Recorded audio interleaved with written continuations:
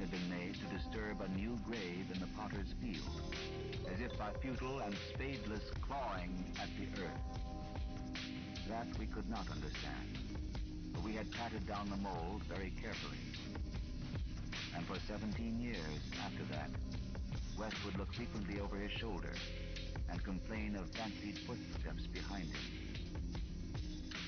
Now, he had disappeared.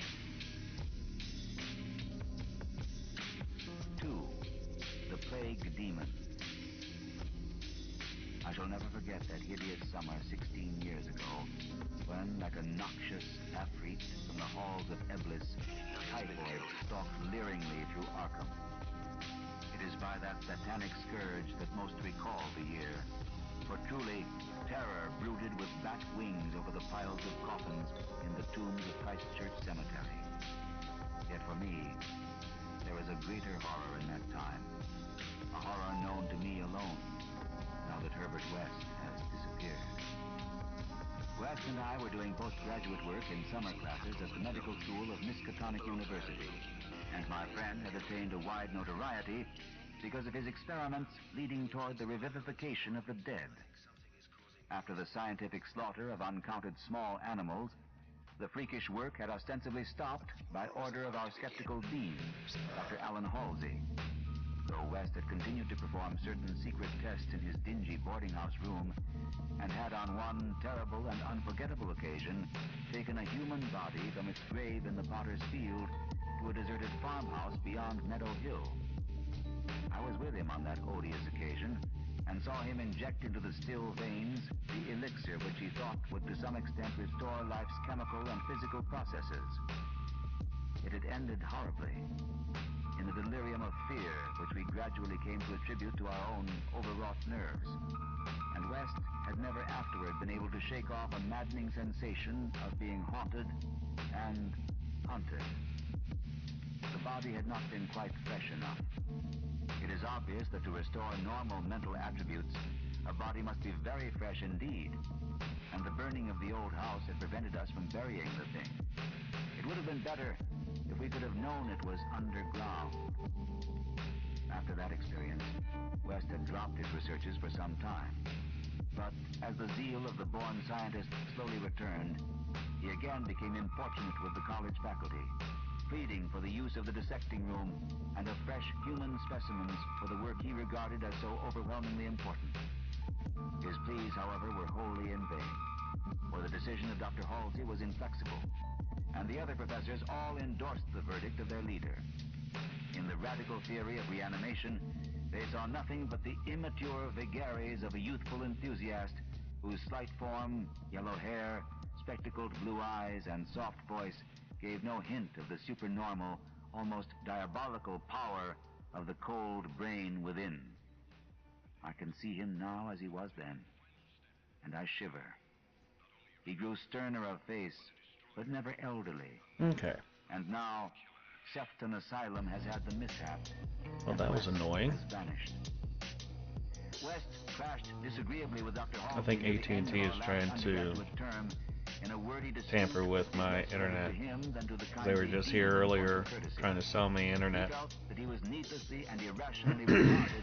And I don't want to go back to AT&T. But I think they're trying to do something. It's too suspicious. It's too suspicious. What do you find that suspicious?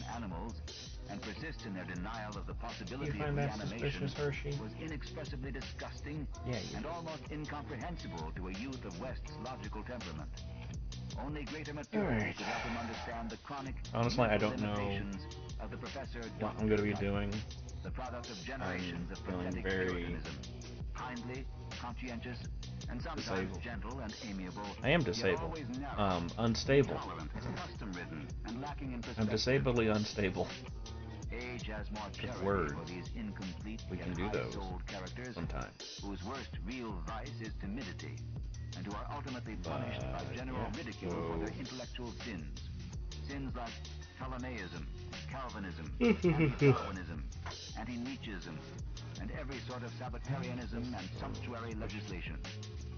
West, Young, despite his marvelous scientific requirements, had scant patience with good Dr. Halsey and his erudite colleagues, and nursed an increasing resentment coupled with the desire to prove his theories to these obtuse worthies in some striking and dramatic fashion. Fart around, see what happens. Like most youths, he indulged in elaborate daydreams of revenge, triumph, and final magnanimous forgiveness. And then had come the scourge, grinning and lethal. It'd be a lot easier if you weren't in the way, cat. West and I had graduated about the time of its beginning, but had remained for additional work at the summer school, so that we were in Arkham when it broke with full demoniac fury upon the town. Though not as yet licensed physicians, we now had our degrees, and were pressed frantically into public service as the numbers of the stricken grew. The situation was almost past management, and deaths ensued too frequently for the local undertakers fully to handle. Burials without embalming were made in rapid succession, and even the Christchurch Cemetery receiving tomb was crammed with coffins of the I also felt like listening to some This circumstance was not Lovecraft on West, audiobooks, of the irony of the situation. Quish music. So many fresh specimens. So we've got about 3 hours, 3.5 hours of it, We were which is nice. And the terrific mental and nervous strain made my friend brood morbidly. But West's gentle enemies were no less harassed with prostrating duties. College had all but closed, and every doctor of the medical faculty was helping to fight the typhoid plague. Dr. Halsey in particular had distinguished himself in sacrificing service, applying his extreme skill with wholehearted energy to cases which many others shunned because of danger or apparent hopelessness. Okay, I'm gonna have to mess with this ad manager thing sometime. I don't like it. At least I don't like where it's like, hey, have 3 ads an hour, and then you'll get 50% of the revenue shares. Cool. That's a lot. First I was like, that'll be fine. Then I realized, no, that's actually a lot. That's like 4.5 minutes of ads. So yeah, and I'll switch in like 2. Like, well, you're not gonna get as much. You won't get as much. Yeah, but I won't feel like a fucking cunt. There's a difference. That time, we were almost caught before we incinerated the thing, and West doubted the advisability of repeating his daring misuse of the college laboratory. Oh, come the fuck on. The peak of the epidemic was reached in August. West and I were almost dead, and Dr. Halsey died on the 14th. Okay, hold on. The students all attended the hasty funeral. I hate everything. And brought an impressive. Everything got disconnected. Now I gotta reconnect everything, even though everything should have reconnected on its own. That's asking for too much. That's asking for too much. We don't like that. We don't like to work hard. You have to work. I know it's just a few clicks, but they're really hard buttons to press. Yeah, I hate it. It makes me cry. It makes my pee-pee feel weird. Most of the students went home or to various I don't know, man. He's kind of gay to me. There we go. West's landlady saw us arrive at his room about 2 in the morning with a third man between us, and told her husband that we had all evidently dined and wined rather well. Apparently this acidulous matron was right, for about 3 a.m., the whole house was aroused by cries coming from West's room, where, when they broke down the door, they found the 2 of us unconscious on the blood-stained carpet, beaten, scratched, and mauled, and with the broken remnants of West's bottles and instruments around us. Only an open window told what had become of our assailant, and many wondered how he himself had fared after the terrific leap from the 2nd story to the lawn, which he must have made. There were some strange garments in the room, but West, upon regaining consciousness, said they did not belong to the stranger, but were specimens collected for bacteriological analysis in the course of investigations on the transmission of germ diseases. He ordered them burnt as soon as possible in the capacious fireplace. To the police, we both declared ignorance of our late companion's identity. He was, West nervously said, a congenial stranger whom we had met at some downtown bar of uncertain location.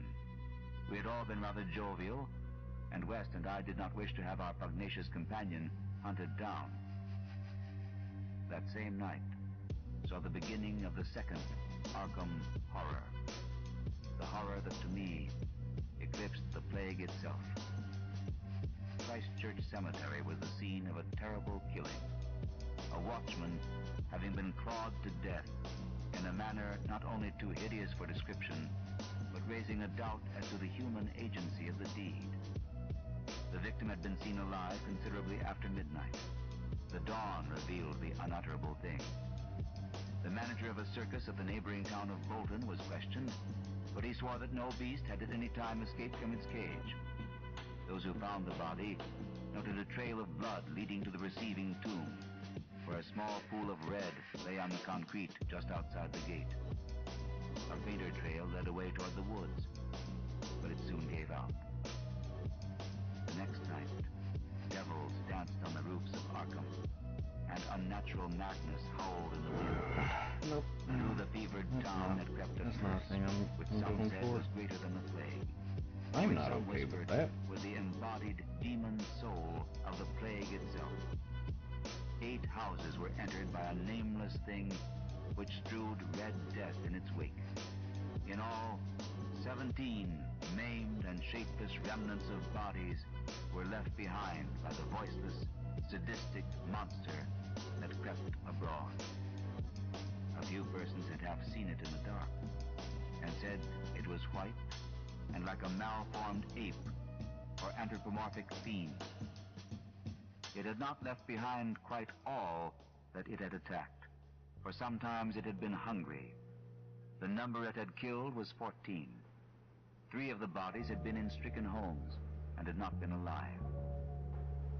On the 3rd night, frantic bands of searchers led by the police captured it in a house on Crane Street near the Miskatonic campus. They had organized the quest with care, keeping in touch by means of volunteer telephone stations. And when someone in the college district had reported hearing a scratching at a shuttered window, the net was quickly spread. On account of the general alarm and precautions, there were only 2 more victims, and the capture was effected without major casualties. The thing was finally stopped by a bullet, though not a fatal one, and was rushed to the local hospital amidst universal excitement and loathing, for it had been a man. This much was clear, despite the nauseous eyes, the voiceless simionism, and the demoniac savagery. They dressed its wound and carted it to the asylum at Sefton, where it beat its head against the walls of a padded cell for 16 years, until the recent mishap, when it escaped under circumstances that few like to mention. What had most disgusted the searchers of Arkham was the thing they noticed when the monster's face was clean. The mocking, unbelievable resemblance to a learned and self-sacrificing martyr who had been entombed but 3 days before, the late Dr. Alan Halsey, public benefactor and dean of the medical school of Miskatonic University. To the vanished Herbert West, and to me, the disgust and horror were supreme. I shudder tonight as I think of it. Shudder even more than I did that morning when West muttered through his bandages, "Damn it, it wasn't quite fresh enough." 3. 6 shots by moonlight. It is uncommon to fire all 6 shots of a revolver with great suddenness when one would probably be sufficient, but many things in the life of Herbert West were uncommon. It is, for instance, not often that a young physician leaving college is obliged to conceal the principles which guide his selection of a home and office, yet that was the case with Herbert West. When he and I obtained our degrees at the medical school of Miskatonic University and sought to relieve our poverty by setting up as general practitioners, we took great care not to say that we chose our house because it was fairly well isolated and as near as possible to the potter's field. Reticence such as this is seldom without a cause, nor indeed was ours. For our requirements impairments were those resulting from a life work distinctly unpopular. Outwardly, we were doctors only, but beneath the surface were aims of far greater and more terrible moment. For the essence of Herbert West's existence was a quest amid black and forbidden realms of the unknown, in which he hoped to uncover the secret of life and restore to perpetual animation the graveyard's cold clay. Such a quest demands strange materials, among them fresh human bodies. And in order to keep supplied with these indispensable things, one must live quietly and not far from a place of informal interment. You've had me in deep West and I had met in college, and I had been the only one to that. sympathize with his hideous experiments. Gradually, I had come to be his inseparable assistant, and now that we were out of college, we had to keep together. It was not easy to find a good opening for two doctors in company. But finally, the influence of the university secured us a practice in Bolton, a factory town near Arkham, the seat of the college. The Bolton worsted mills are the largest in the Miskatonic Valley, and their polyglot employees are never popular as patients with the local physicians. We chose our house with the greatest care, seizing at last on a rather run-down cottage near the end of Pond Street. 5 numbers from the closest neighbor, and separated from the local potter's field by only a stretch of meadowland. I think we're going to try to make a remake of a narrow neck of the rather dense forest which lies to the north. This piece. The distance was greater than we wished, but we could get no nearer house without going on the other side of the field, wholly out of the factory district. We were not much displeased, however, since there were no people between us and our sinister source of supplies. The walk was a trifle long, but we could haul our silent specimens undisturbed. Our practice was surprisingly large from the very first. Large enough to please most young doctors, and large enough to prove a bore. Make a remake of this one since I kind of know more of what I'm doing. A little bit, not much. The hands were of somewhat turbulent inclination, and besides their many natural needs, their frequent clashes and stabbing affrays gave us plenty to do. But what actually absorbed our minds was the secret laboratory we had fitted up in the cellar. The laboratory with the long table under the electric lights, where in the small hours of the morning, we often injected West's various solutions into the veins of the things we dragged from the potter's field. West was experimenting madly to find something which would start man's vital motions anew after they had been stopped by the thing we called death, but had encountered the most ghastly obstacles. The solution had to be differently compounded for different types. What would serve for guinea pigs would not serve for human beings, and different human specimens required large modifications. The bodies had to be exceedingly fresh, or the slight decomposition of brain tissue would render perfect reanimation impossible. Indeed, the greatest problem was to get them fresh enough. West had had horrible experiences during his secret college researches with corpses of doubtful vintage. The results of partial or imperfect animation were much more hideous than were the total failures, and we both held fearsome recollections of such things. Ever since our first demoniac session in the deserted farmhouse on Meadow Hill in Arkham, we had felt a brooding menace, and West, though a calm, blonde, blue-eyed scientific automaton in most respects, often confessed to a shuddering sensation of stealthy pursuit. He half felt that he was followed, a psychological delusion of shaken nerves, enhanced by the undeniably disturbing fact that at least one of our reanimated specimens was still alive, a frightful carnivorous thing in a padded cell at Sefton. Then there was another, our first, whose exact fate we had never learned. We had fair luck with specimens in Bolton, much better than in Arkham. We had not been settled a week before we got an accident victim on the very night of burial, and made it open its eyes with an amazingly rational expression before the solution failed. It had lost an arm. If it had been a perfect body, we might have succeeded better. Between then and the next January, we secured 3 more. 1 total failure, 1 case of marked muscular motion, and 1 rather shivery thing. It rose of itself and uttered a sound. Then came a period when luck was poor. Interments fell off, and those that did occur were of specimens either too diseased or too maimed for use. We kept track of all the deaths and their circumstances with systematic care.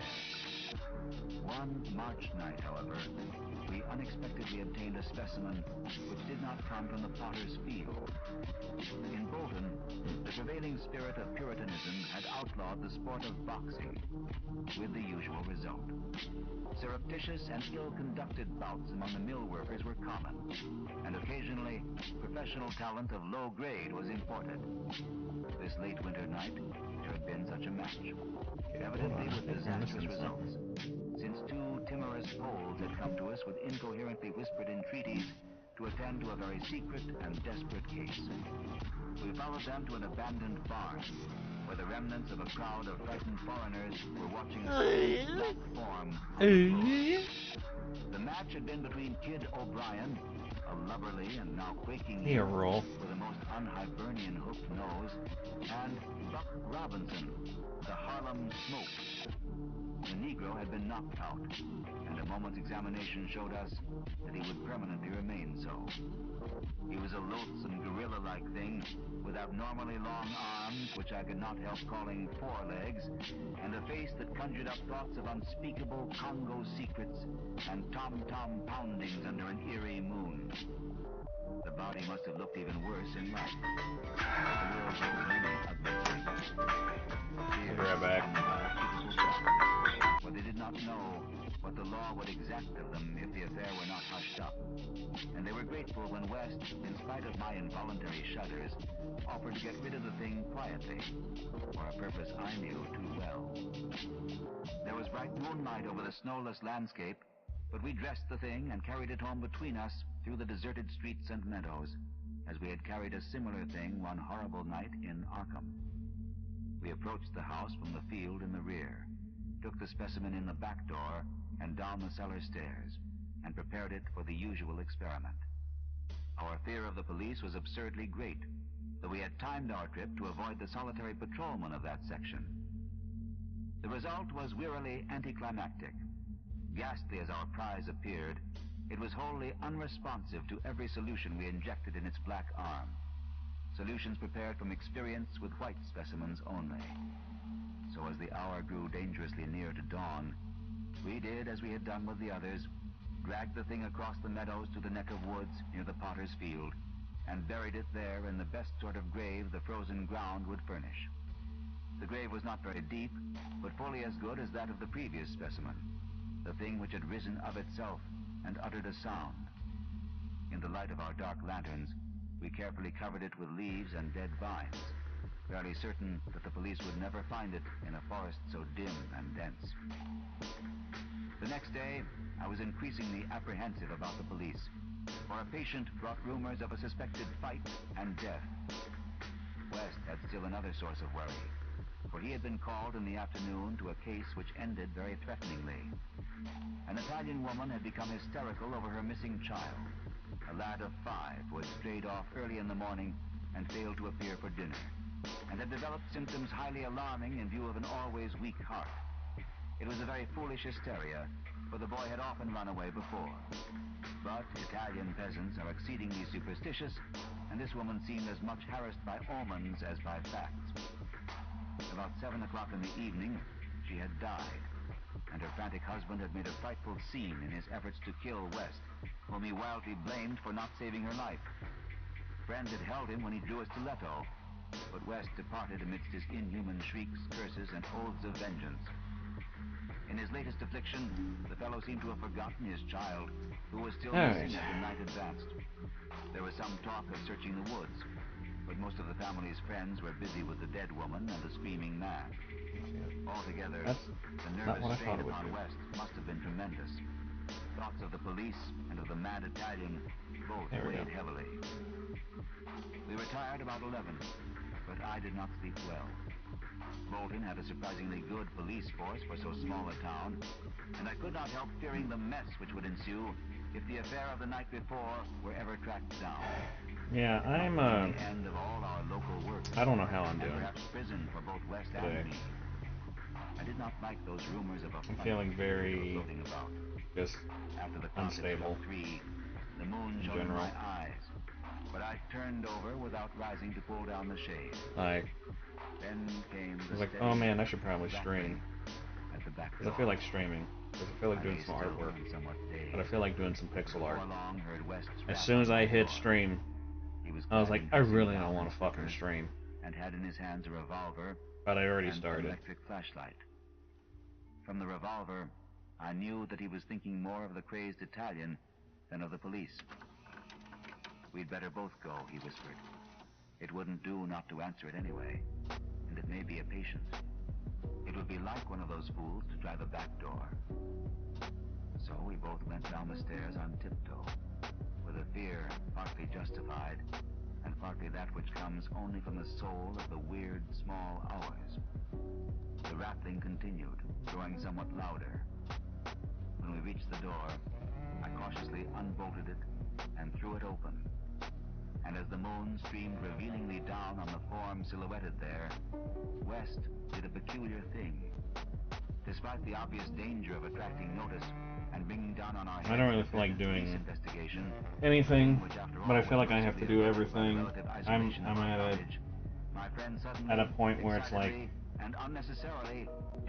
lazy mania or something. I don't know. But that visitor was neither Italian nor policeman. Looming hideously against the spectral moon was a gigantic, misshapen thing, not to be imagined save in nightmares.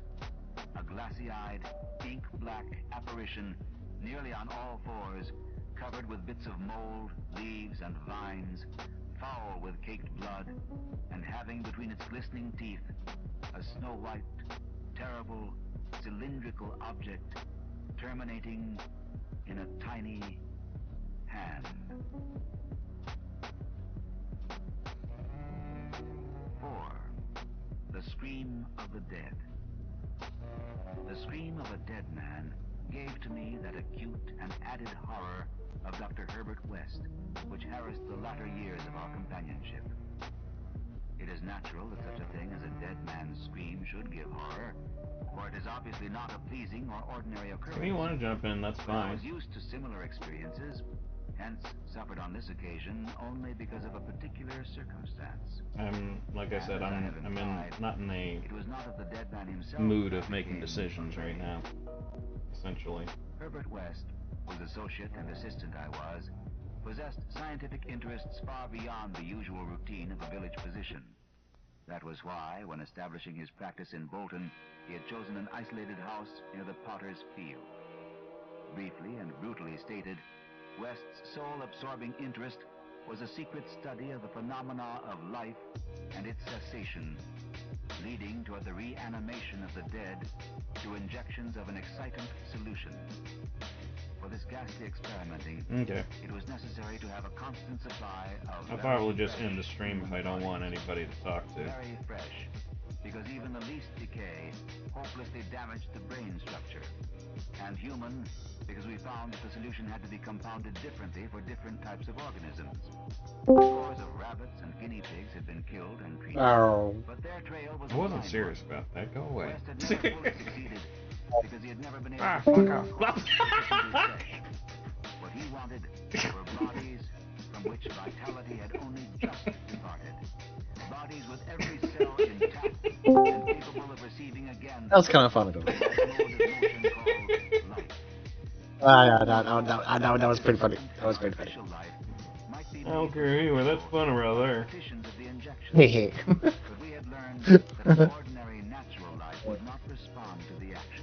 Oh man, my back fucking killing me. Jesus. Yeah, I know how that is. I haven't been drawing a couple of days because of all the preparation for yesterday. And I started today drawing and I'm just like, fuck. How did yesterday go? I had to leave early on for work. It's okay. Yeah, overall I would say that it went well. I mean, like I say, time-wise, the schedule didn't, hold up at all. Time-wise. It seemed like it was for a bit. I streamed like 7 hours. Where it was supposed to be 5 hours. Wow. So 2-hour overtime. It's alright. But yeah, overall it was fun. Very exhausting. At least after I was done, I was like, Jesus, holy shit, this one lay down. Too much extroverted energy coming out. Like 7 hours. Yeah, sounds about right.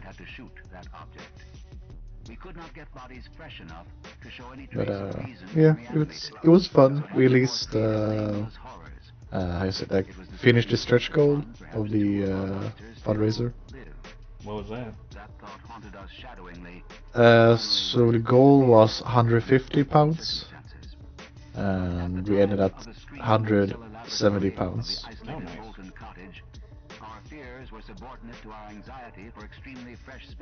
I was surprised. I don't know. Like, even prior to doing fundraise stuff like that, even just like £100 or $100, it's like would take several days. I was like, I don't know about this. I'll be right back.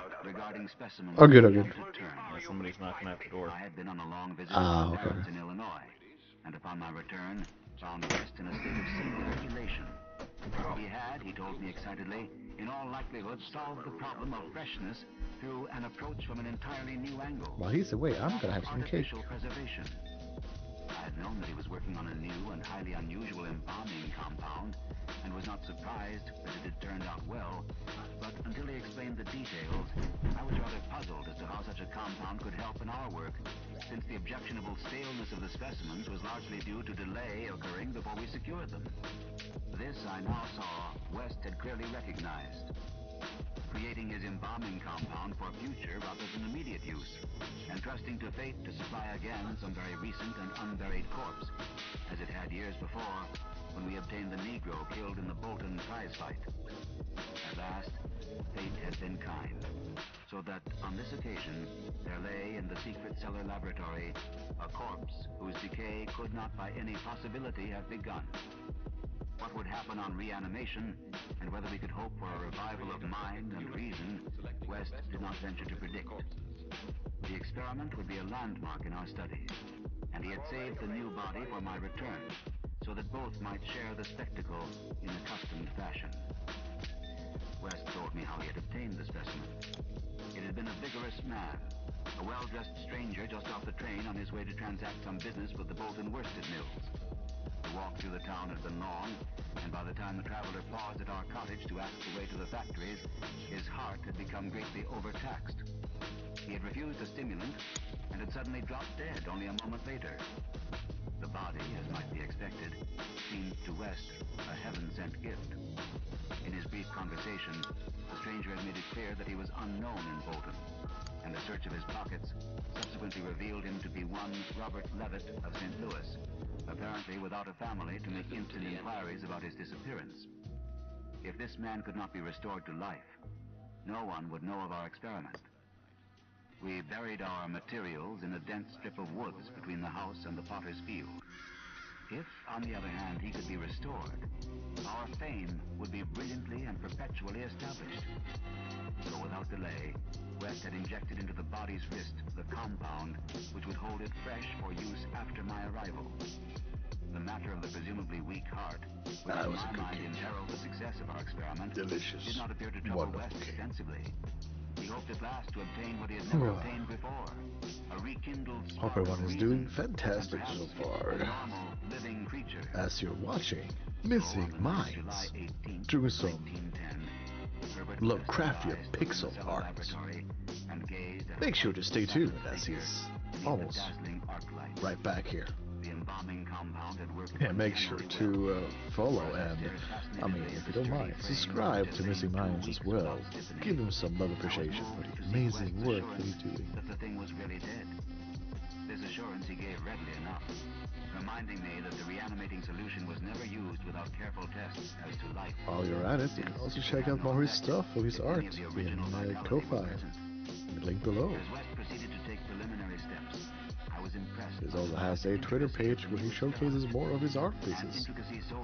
And he does take commissions, so if you're interested in, let's say, badges, emotes, wallpapers, overlays, whatever it might be your fancy, do hit up Missing Minds. He's an amazing artist. Highly, highly recommend. I hope you are doing lovely and amazing today. And remember, stay hydrated. Please do. Because water is life. And our body is made out of 79%, or maybe it was 75, something 70-something of water, liquid inside.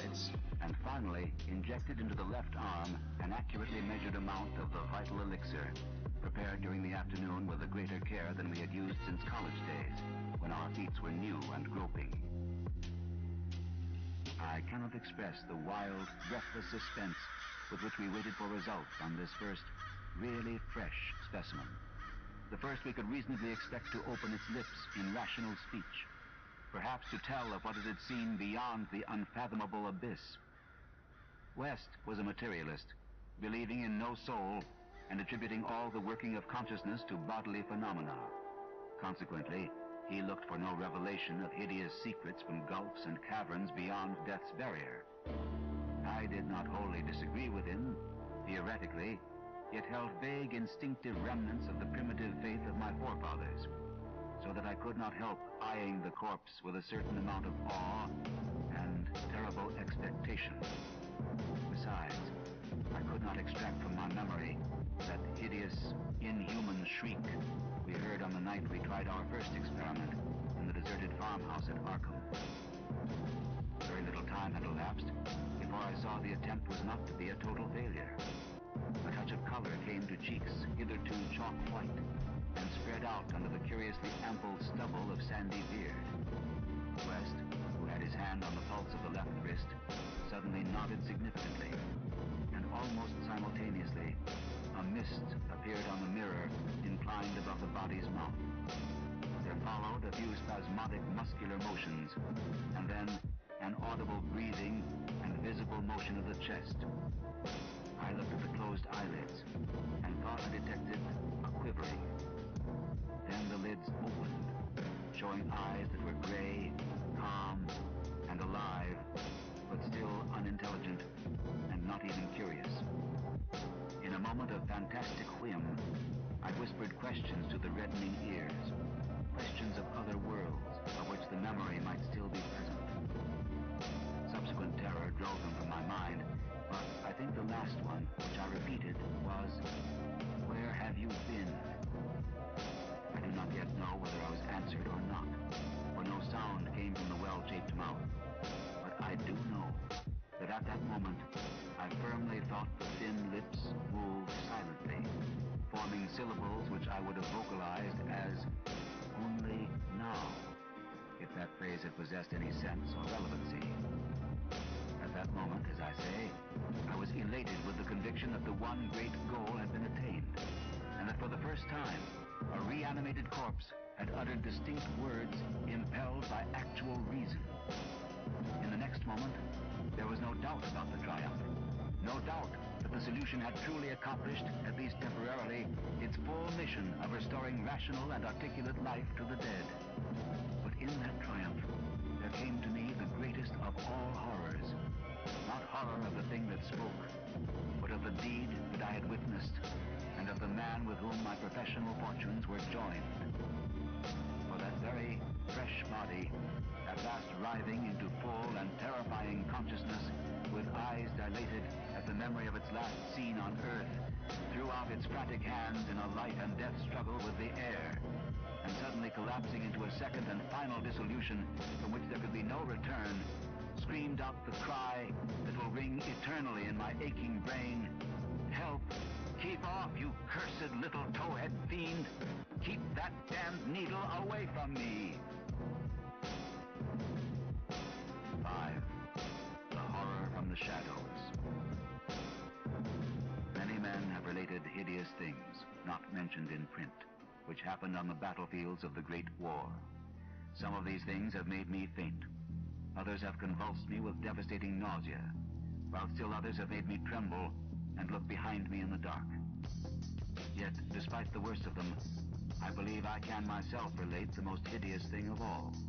The shocking, the unnatural, the unbelievable horror from the shadows.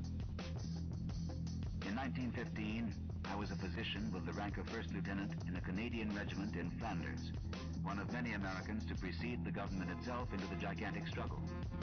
I had not entered the army on my own initiative, but rather as a natural result of the enlistment of the man whose indispensable assistant I was, the celebrated Boston surgical specialist, Dr. Herbert West. Dr. West had been avid for a chance to serve as surgeon in a great war, and when the chance had come, he carried me with him almost against my will. There were reasons why I would have been glad to let the war separate us. Reasons why I found the practice of medicine and the companionship of West more and more irritating.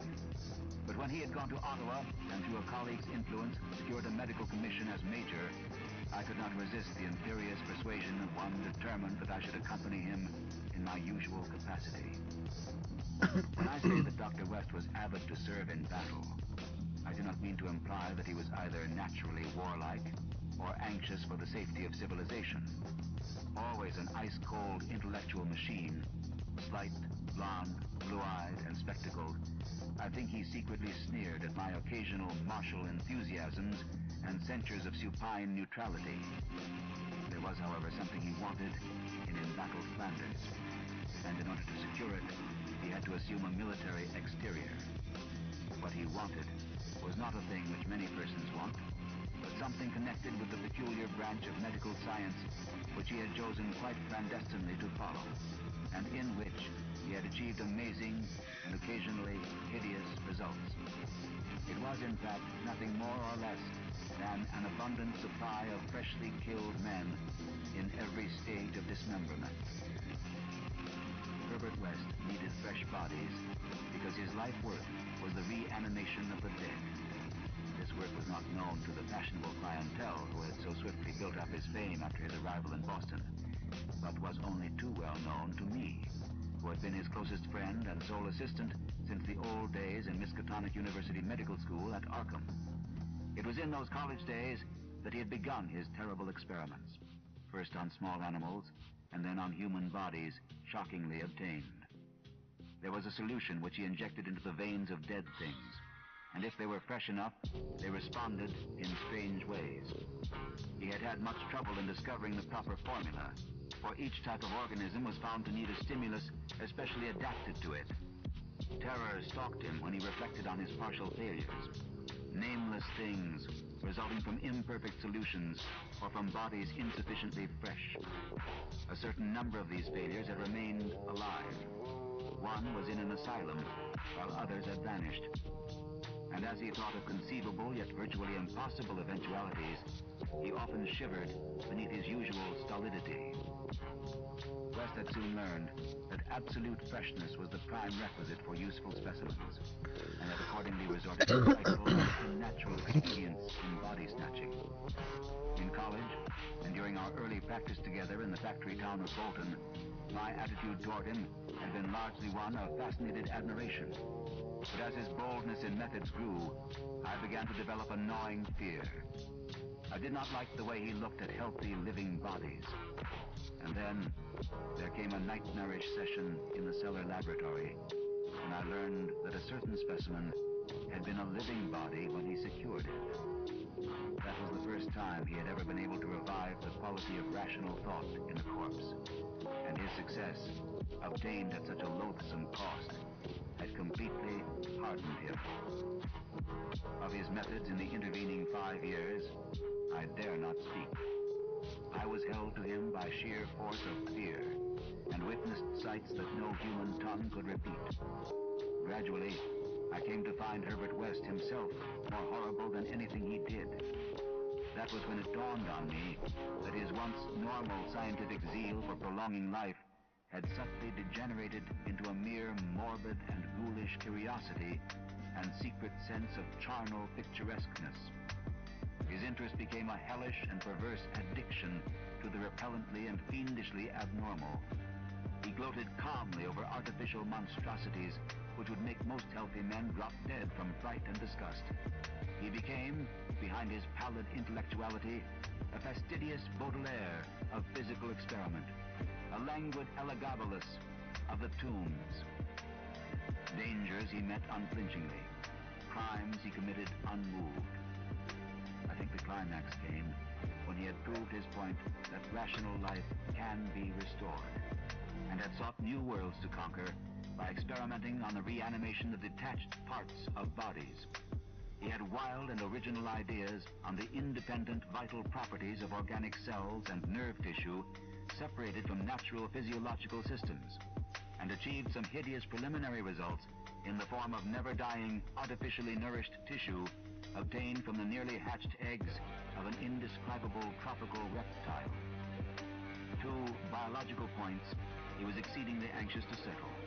First, whether any amount of consciousness and rational action be possible without the brain, proceeding from the spinal cord and various nerve centers. And second, whether any kind of ethereal, intangible relation distinct from the material cells may exist to link the surgically separated parts of what has previously been a single living organism. All this research work required a prodigious supply of freshly slaughtered human flesh, and that was why Herbert West had entered the Great War. The phantasmal, unmentionable thing occurred one midnight late in March 1915 in a field hospital behind the lines at Saint-Éloi. I wonder even now if it could have been other than a demoniac dream of delirium. West had a private laboratory in an east room of the barn-like temporary edifice assigned him on his plea that he was devising new and radical methods for the treatment of hitherto hopeless cases of maiming. There he worked like a butcher in the midst of his gory wares. I could never get used to the levity with which he handled and classified certain things. At times, he actually did perform marvels of surgery for the soldiers, but his chief delights were of a less public and philanthropic kind, requiring many explanations of sounds which seemed peculiar even amidst that babel of the damned. Among these sounds were frequent revolver shots, surely not uncommon on a battlefield, but distinctly uncommon in an hospital. Dr. West's reanimated specimens were not meant for long existence or a large audience. Besides human tissue, West employed much of the reptile embryo tissue which he had cultivated with such singular results. It was better than human material for maintaining life in organless fragments, and that was now my friend's chief activity. In a dark corner of the laboratory, over a queer incubating burner, he kept a large covered vat full of this reptilian cell matter, which multiplied and grew puzzily and hideously. On the night of which I speak, we had a splendid new specimen.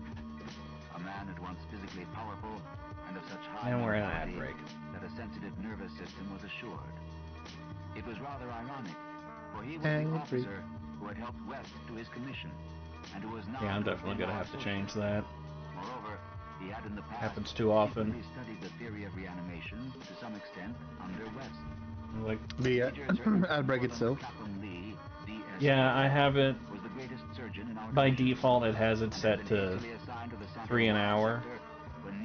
Because when it has it set to that or higher, the streamer will get 50% of the ad revenue from that. The fall had been spectacular and awful. Which, like, ooh, whatever. But the wreck yielded up the great surgeon in a nearly decapitated but otherwise like right now, that's the most amount of money I get from Twitch is from that. So I shuddered when he finished severing the head. I mean, it's something at least. Yeah, but I'm just gonna switch it to 2. I don't like it going that often. Yeah. When I switch to that, it's like, well, you're only gonna get 30. Cool. I don't make jack shit anyway. Like, I literally make dollars a year from Twitch. To see if this highly organized body could exhibit without its head. But that dollar though. Yeah. Which are distinguished. I can pretend to want to buy something. Not actually want to buy, just pretend to want. This silent trunk was gruesomely called upon to exemplify it. I can still see Herbert West under the sinister electric light as he injected his reanimating solution into the now I have body. The scene I cannot another cat I'm keeping over the weekend. For there is madness because my mom had literally no place to put it. No foster, no cages or anything, I guess. And with hideous reptilian abnormalities sprouting. So I'm just gonna see how things go. Oh shit. Whoa. I would say you are insane. Yeah. Pretty accurate. Yeah. And good, you did it through Prime, didn't actually spend any money. I mean, I still spend money on Prime, but yeah. Yeah, but that's a different thing. Is you get something and Twitch doesn't. No, Twitch still keeps the half. Not from what I heard, at least, that they don't really get anything from Prime, and they try to get rid of it. But I understand that a lot of people still use Prime, so they're like, well, I mean, people use it. I mean, it's important, but we don't get anything from it. Let's take a look. Threw out its arms in a gesture which was unmistakably one of desperation. An intelligent desperation apparently sufficient to prove every theory of Herbert West. Certainly, the nerves were recalling the man's last act in life, the struggle to get free of the falling aeroplane. What followed, I shall never positively know. It may have been wholly an hallucination from the shock caused at that instant by the sudden and complete destruction of the building. I remember at least the current CEO, I don't remember his name. It was some kind of interview a couple of months ago, and talk about kind of. I'm not sure where the whole Prime thing came into discussion. Maybe they were talking about ads, and then all of a sudden they talk about Prime and how they like kind of want to get rid of it, but at the same time that but it's beneficial obviously for the streamer, but they Twitch themselves don't really get anything from it.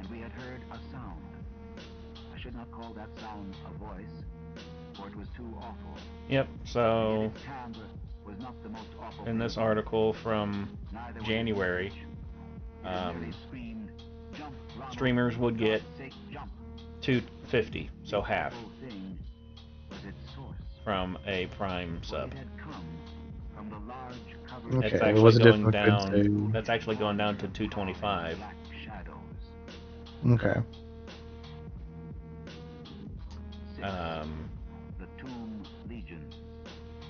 And then from there you can kind of base off of how much you'll be getting,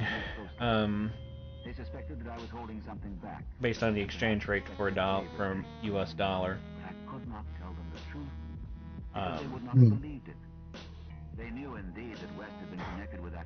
Because like in the UK,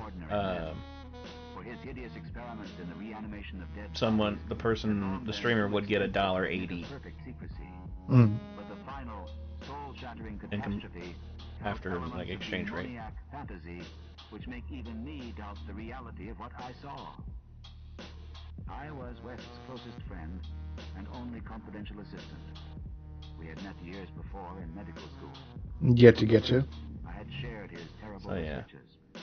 He had slowly tried to perfect a solution. I knew that they never did anything special with that. They just made that was just an extra thing that part of your money was going to go to help a streamer that you like.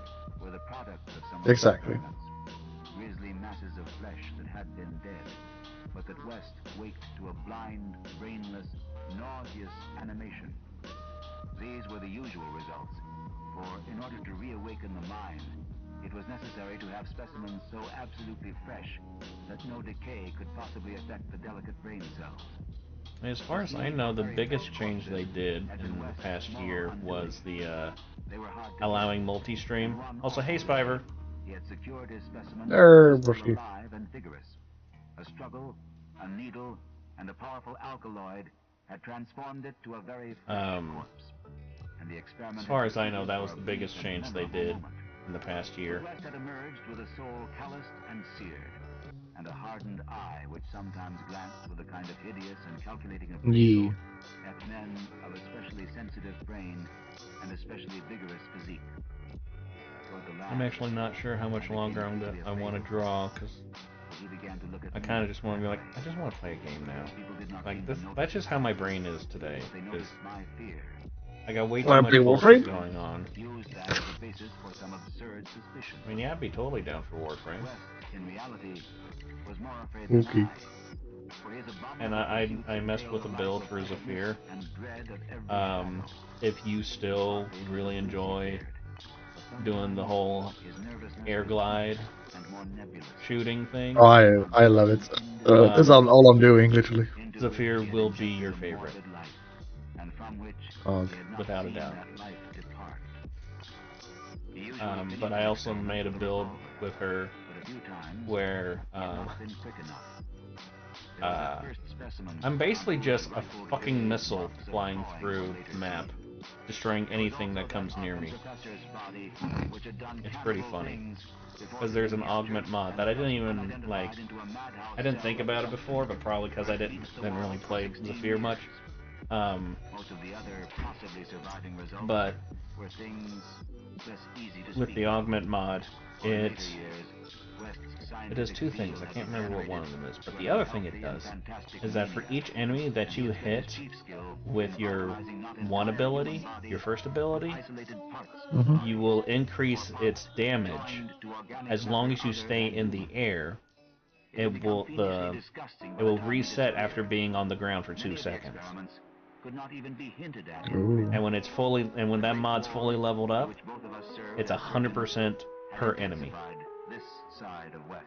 I've gone into where I've had that ability do 26,000% more damage. The only problem is making sure that you have energy to keep that up. Which means you do, with that build, it relies heavily on your gear as well. So that might be the build for you. Have you beaten first quest yet? Have you taken care of Vor yet? I killed Vor. A quest called. Oh shit! No, oh, okay. Basically, I'm in like Earth and roaming around.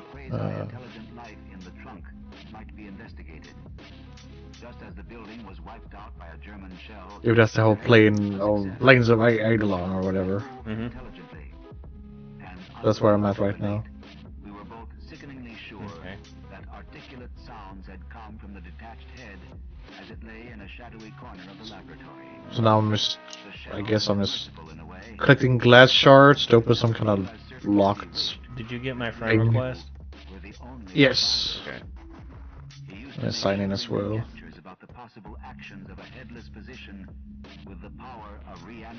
Okay, fuck it. We're gonna play some Warframe. I suddenly don't want to draw. Okay. He had chosen the place for purely symbolic and fantastically aesthetic reasons, since most of the interments were of the colonial period, and therefore of little use to a scientist seeking very fresh bodies. So I guess the laboratory this is a Lovecraft and Space Ninjas stream. And contained a large incinerator for the quiet and complete disposal of such bodies or fragments and synthetic mockeries of bodies as might remain from the morbid experiments and unhallowed amusements of the owner. During the excavation of this cellar, The workmen had struck some exceedingly ancient masonry, undoubtedly connected with the old burying ground, yet far too deep to correspond with any known sepulchre therein. After a number of calculations, West decided that it represented some secret chamber beneath the tomb of the Averils, where the last interment had been made in 1768. I was with him when he studied the nitrous-dripping walls laid bare by the spades and mattocks of the men. Oh no, water is dangerous. The gruesome thrill which would attend the uncovering Also, of that's a big ass centuries-old fucking but neck. for the first time, West's new timidity conquered his natural curiosity, and he betrayed his degenerating fiber by ordering the masonry left intact. I like the little bit of like cave exploration. It's kind of cozy. Thus it remained till that final hellish night, part of the cave walls what? of the secret laboratory. Cave exploration. Oh. Where he's like roaming around. I thought you said explosion. I was like, what the hell? Yeah, cave. He was the same to the last. It's quite cozy. With spectacled blue eyes and I love it. of youth, which years and fears seemed never to change. Rock. Oh my god. He seemed calm, even when he thought of that clawed grave and looked over his shoulder. Even when he thought of the carnivorous thing that gnawed and pawed at Sefton bars. The end of Herbert West began one evening in our joint study when he was dividing his curious glass how about you send me an invite? and me. A strange headline had struck at him. Sure, I'm just gonna go to the extraction real quick. And this quest. If you're in the free room, I can join you in it. Oh shit. Okay, I'm just basically just done. I just need to like get out of here. I'm a Tenno maggot? What the fuck is that stuff, nice?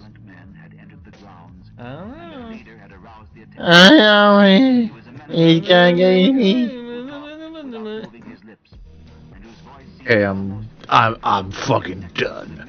I think it's just fucking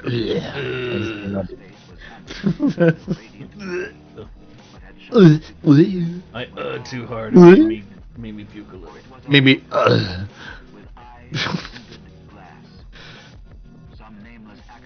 Oh my god, how do I... Oh god, this feels good. Is there a way to cut away cutscenes? God damn it.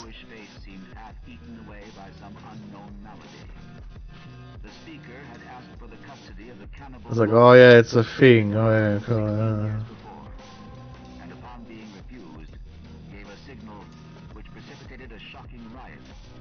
The fiends had We can't press exit? Kind of like... I love how when you're in the solar system map, your frame will follow your cursor like a cat. Yeah, I kind of like that. It's really What happened? Let's see here. So how do I... Is this a Steam invite or is it like for the game? Should be able to do it through the game. Go to communications, friends. Well. And then you should just click on my name and should be able to send an invite. It says talk, profile, remove, favorite, and edit notes. See if I can invite you. I believe that's how you should do it.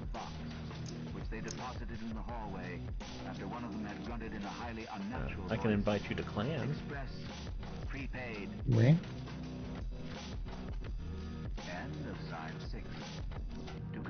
Oh, looks like we need to build a barracks before we can accept more people. Well, fuck. Dagons and other macabre tales by H.P. Lovecraft. Continuing with Herbert West Reanimator on page 162. They filed out of the house with a jerky tread, and as I watched them go, I had an odd idea that they were turning toward the ancient cemetery. I guess we'll have to do it through Steam. When I slammed the door after them, Alright, let me... downstairs and looked at the box. It was about 2 feet square and bore West's correct name and address. It also bore the inscription from Eric Morland. Where are you? Where are you? Can't find you.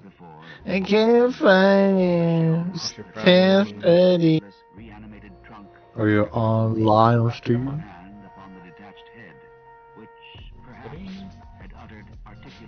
Stop being a bitch. More frame. You can see me now. Watch game. No, I don't want to watch. I want to invite you. I don't want to watch you. The other game. No, nope, I cannot invite. This says watch game, game info. Invite to watch. No, I want to play. What is this here? There's a thing up here, and I press open the menu. At the top, there's like a world kind of icon. And it says public, friends only, invite only, solo. Yeah, so that's the, if you want to play with just randos, you put public. People on your friends list, put friends only, invite only, and then solo if you want to play by yourself. Oh, there we go. I think, yeah, I found a way. Found it. Okay. Cool, because typically, all I have to do is just click, and then boom.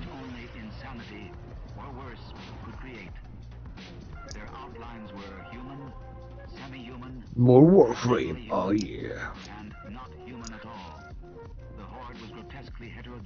Switched up. Oh, that's you! I see your ship. How about that? That's kinda cool. Yep, I have the best skin. It's pink. It's adorable. Yeah? Led by a stalking thing with a beautiful head made of wax.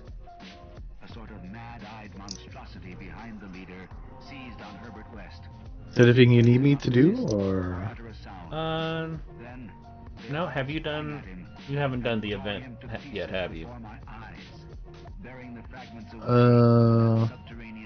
If you go into the solar system map, up at the top there'll be like your current quest or new quest, and then there's just a bunch of icons.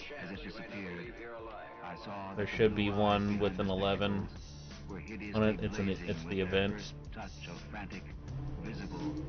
Event. Okay. The event I have right now is Gifts of the Lotus. Yep. The reward is a Dex Cyberus. Yes, exactly. Yeah. Okay, have you done that? No, I have not. Okay, we can do that. Okay. That way you can get yourself a new gun. Oh, ooh. A gun with pretty good crit. Ooh. See, it's an interception. First, I'm going to switch my frame. They imply that I am either a madman or a murderer. Probably I am mad. But I He's wandering around somewhere. If those accursed tomb legions had not been so silent. Yeah? I hope Mom did that for a couple of days. We ain't keeping her. Yeah.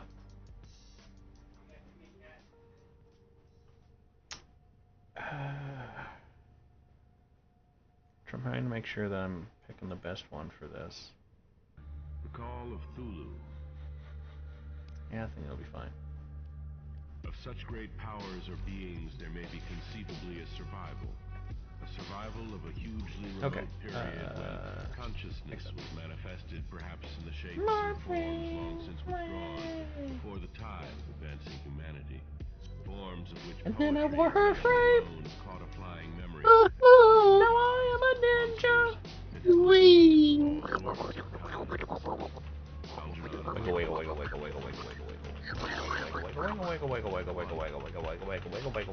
The wiggle is strong with this one. That's wiggly.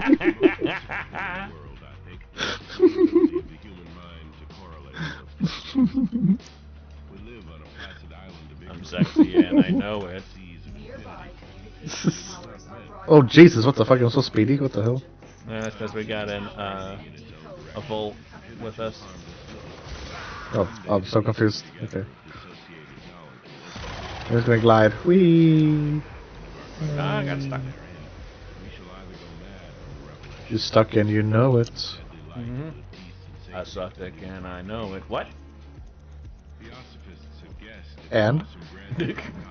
Your point?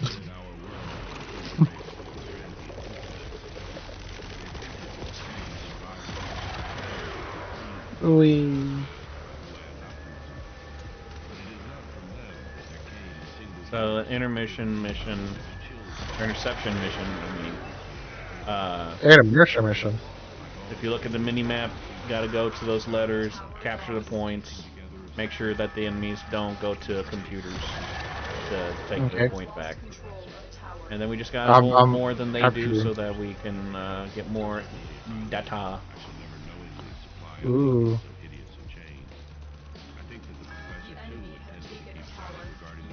Oh no. I forgot we can only use our primaries. I cannot use my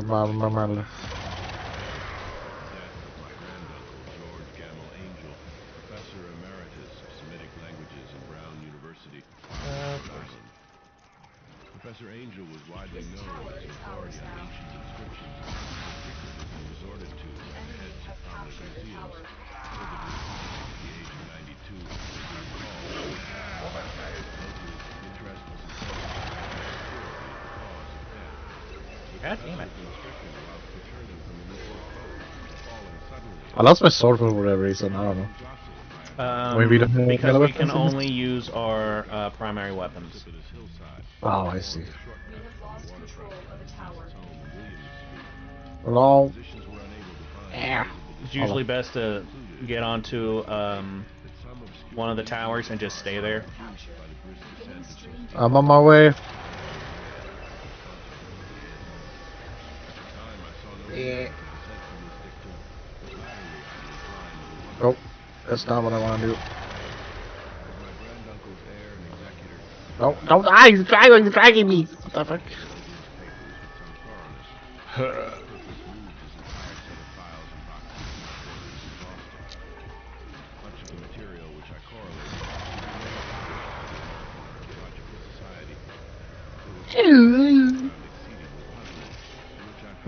Look at you go. That's so funny from up here. Yeah, I really like playing as an Aris now. I looked up like oh, worst Warframe in the game, and people like hated on fucking Inaris so hard. Well, he was pretty terrible. Even recently, there was like some video like a couple of months ago. It was like, oh, Inaris sucks ass. Well, that's because the change happened like a few weeks ago. Oh, okay, so that is recent. Okay. Yeah.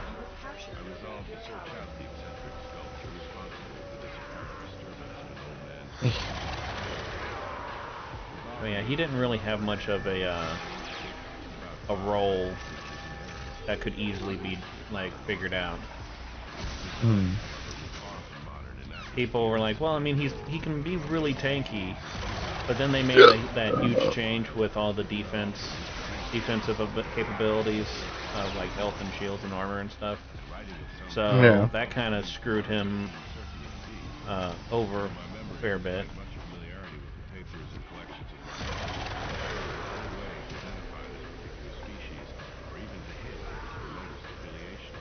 Door stuck! Door stuck!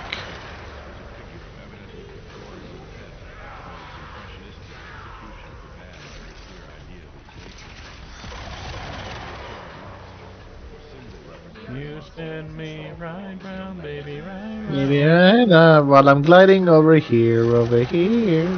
I'm spinning like a ballerina.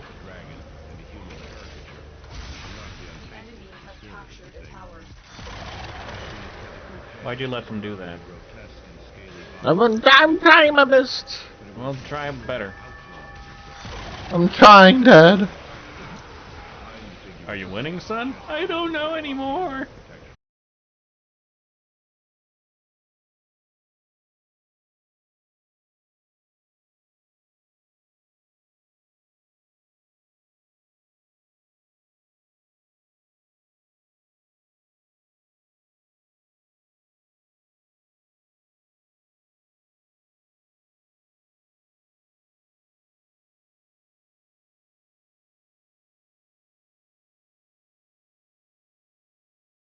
Spring of 1925.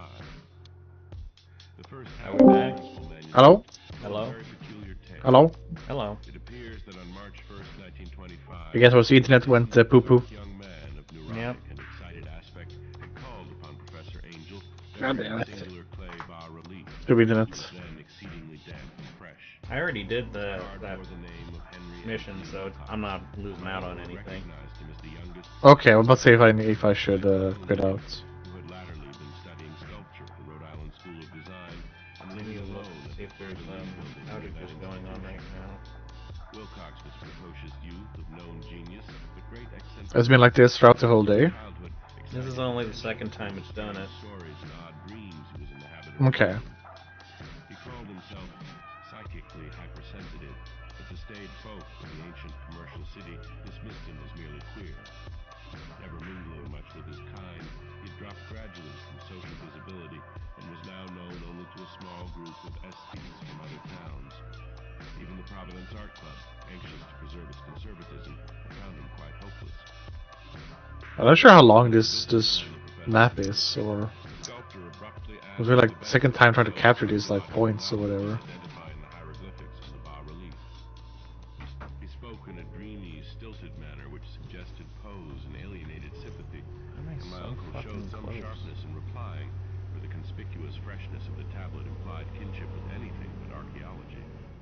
Young Wilcox's rejoinder, which impressed my uncle enough to make him recall and record it verbatim, was of a fantastically poetic cast, which must have typified his whole conversation, and which I have since found highly characteristic of him. He said, "It is new indeed, for I made it last night in a dream of strange cities, and dreams are older than Brutus. And now my brother's mowing the grass. Sphinx or garden girdle of Babylon." It was then that he began that Does that cause issues? No, it's just you're gonna hear it in the background. Oh, okay. I'm fine with it at least. Wilcox's imagination had been keenly affected. On retiring, he had had an unprecedented. How long is this mission? You gotta go 2 rounds. Oh, okay. And it's whoever gets the 100% first. Oh, I see now. I just realized that bar. Okay. We're at 69 right now. By the almost unpronounceable jumble of letters, Thulu Photography. This verbal jumble was the key to the recollection which excited and disturbed Professor Angel. He questioned the sculptor with scientific minuteness and studied with almost frantic intensity the bas-relief on which the youth had found himself working, chilled and clad only in his nightclothes. Man, am I the only one who's pulling my weight here? What are the other two doing? Maybe. That happens sometimes. For his slowness in recognizing both hieroglyphics and pictorial design. Many of his questions seemed highly out of place to his visitor, especially those which tried to connect the latter with strange cults or societies.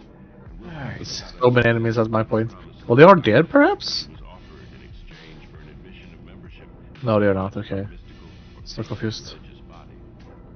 When Professor Angel became convinced that the sculptor was indeed ignorant of any cult or system of cryptic lore, he besieged his visitor with demands for future reports of dreams. This bore regular fruit, for after the first interview, the manuscript records daily calls of the young man, during which he related startling fragments. Oh, I'm almost out of ammo, what the fuck? Some terrible cyclopean vista of dark and dripping stone, with a Oh, subterranean Jesus. voice or intelligence shouting monotonously in enigmatical sense impact, uninscribable save as gibberish. The 2 sounds most frequently repeated Now I need ammo. rendered by the letters Thulu and Rilye. On March 23rd, the manuscript continued, Wilcox failed to appear. Okay, now you need to kill all the enemies. He had been stricken with an obscure sort of fever and taken to the home of his family in Waterman Street. He had cried out in the night, arousing several other artists in the building, and had manifested since then only alternations of unconsciousness and delirium. My uncle at once telephoned the family, and from that time forward kept close watch of the case, calling often at the Thayer Street office of Dr. Toby. Because you're so good. To be in charge. No. The youth's febrile mind apparently was dwelling on strange things. Yeah. Now and then as he spoke of them. Yay, we did it. Finally. But touched wildly on a gigantic thing miles No, high, exit. Okay. He had no time fully to Wow, new weapon. But occasional frantic words, as repeated by Dr. Toby, convinced the professor that it must be identical with the nameless monstrosity. Still gonna be really fucking close to the camera, even though I was not this close to it last time I was in the orbiter. So cool. His temperature, oddly enough, was not greatly above normal, but his whole condition was otherwise such as to suggest true fever rather than mental disorder. Send you invites. On April 2nd at about 3 p.m., every trace of Wilcox's malady suddenly ceased. He sat upright in bed, astonished to find himself at home. So weapon. What had happened in dream or reality since so that weapon has a really high crit chance. Returned to his quarters in 3 days. But to Professor Angel, he was of no further assistance. Ooh. All traces Okay. of strange dreaming had vanished with his recovery. Equip. My uncle kept no record of his night thoughts after a week of pointless and irrelevant accounts of thoroughly usual visions. Here the first part of the manuscript ended, with references to certain of the scattered notes. Is it like a sniper rifle or? It's basically just a regular rifle. It fires and bursts, burst rounds. Ooh. The notes in question were those descriptive of the dreams. And covering the same period as that in which young Wilcox had had his strange visitations. My uncle, it seems, had quickly instituted a prodigiously far-flung body of inquiries amongst nearly all the friends who could question without impertinence, asking for just throwing up. their dreams and the dates of any notable visions for some time. That's all good. I already did. The reception of his request seems to have Okay, so but he must, at the very least, a 35% crit chance is probably the highest, other than the bows. this original correspondence was not preserved, but his notes So you're going to want to focus on upping that. So a mod that you're going to want to use, that you're going to have access to, is called Point Strike. It gives you 150% more crit chance. the period of young Wilcox's delirium. Scientific Okay. And then though 4 cases of vague descriptions suggest fugitive strange landscapes, and in one case trying to remember what something abnormal. what one increases crit damage. Poets that the pertinent answers came, and I know that panic would have broken loose had they been able to compare notes. As it was, lacking their original Have I not letters, gotten one for I that half yet? suspected the compiler of having asked leading questions, Guess or not. of having edited the correspondence in corroboration of what he had latently resolved to see. That is why I continue to feel that Wilcox somehow... Well, the one that I tend to use a lot is called Vital Sense. had been imposing Increases crit damage by 120. responses from aesthetes told a disturbing tale. From February 28th to April 2nd, But then you're also going to want very bizarre things. another mod called Serration, During the period and that is just your increase on damage. over a fourth of those who reported anything, Those are like 3 base ones that are unlike those pretty much always good to have. and some of the And then beyond that, you're going to want to throw in stuff that which the note describes with emphasis will increase your damage in the subject other ways besides just base amounts. So, like, I have a thing called Galvanized Chamber. The regular version of that is a Split Chamber, which is not too hard to get, but that increases your multi-shot.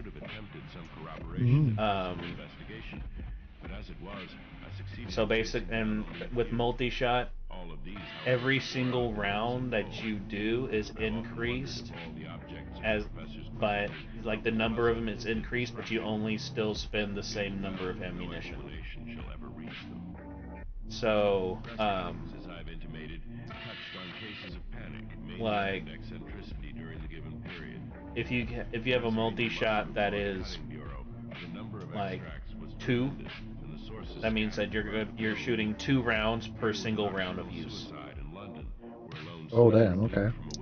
Yeah, it's really powerful to increase that as much as you can.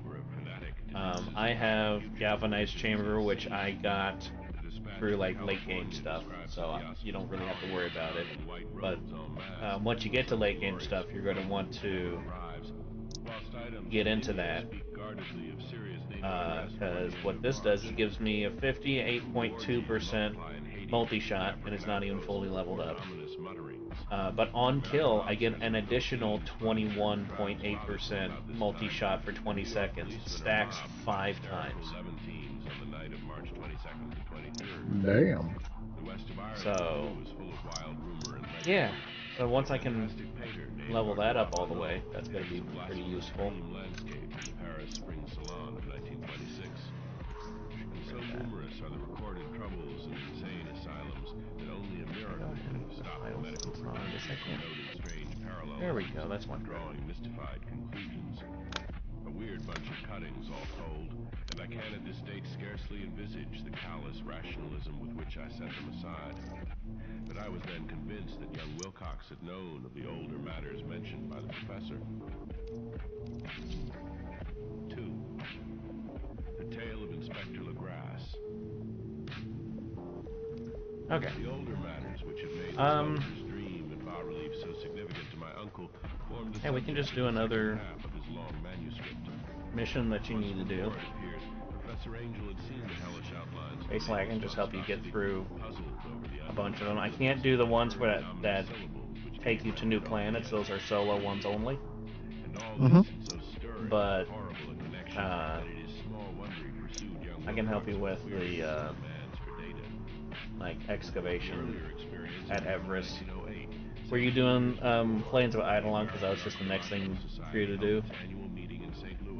Well, I'm not sure if it was that. I was at Cetus. Yeah.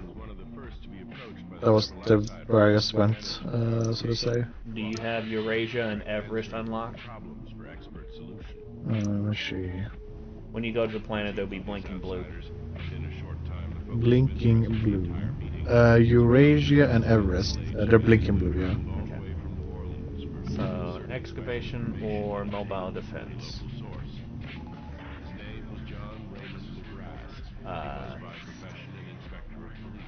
So the main thing, and pretty much the only thing that you will get,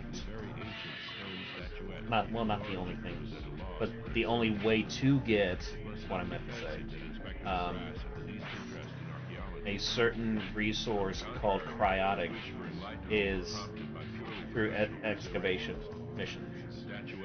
Drills drop in different locations, and you have to protect them while enemies just keep on coming in to destroy them. And special enemies will, when they die, they will drop basically battery packs. Grab them, get back to the drill because it runs out of power. Oh, okay. So this is basically a defense mission with a couple extra steps. Sounds fun. And then the mobile defense one, I think I told you about. Pick up a thing, go to a computer, plug it in, enemies come at you, you just hold them off until she's done, and then you pick it up, go to another spot. I think typically there's 3 locations you go to.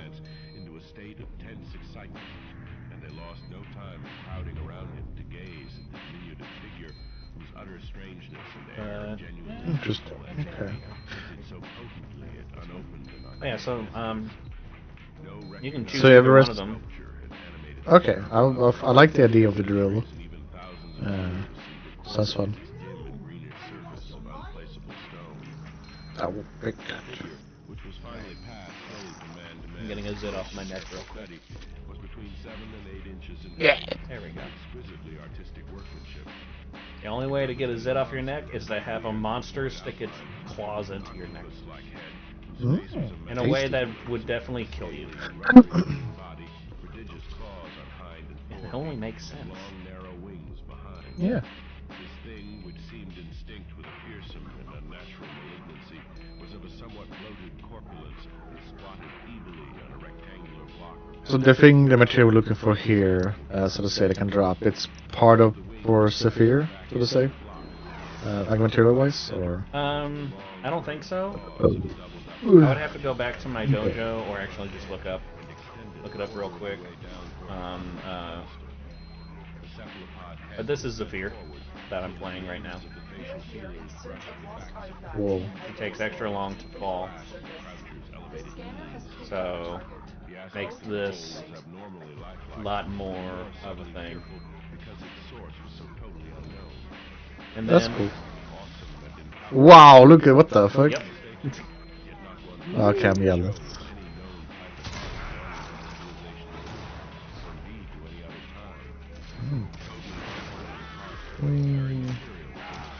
Well, I don't need to do anything. I just fucking let you do. I'm not gonna try to do much. I got one kill. You see that? You see that? I got one kill. Daddy, look! I got a kill!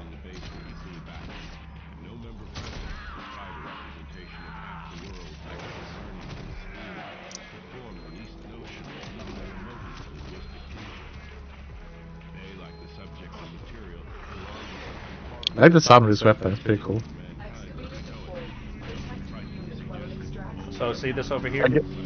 This is the powers that we pick up. Oh, okay.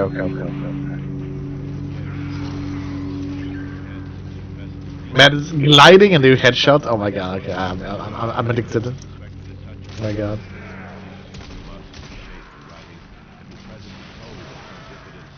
Oh, come here.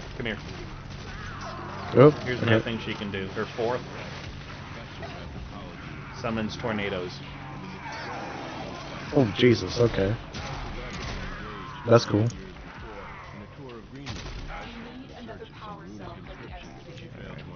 On the mini-map, they will appear as yellow, looks like pills. Oh, okay, I see. There's another one over here then. Press X, okay.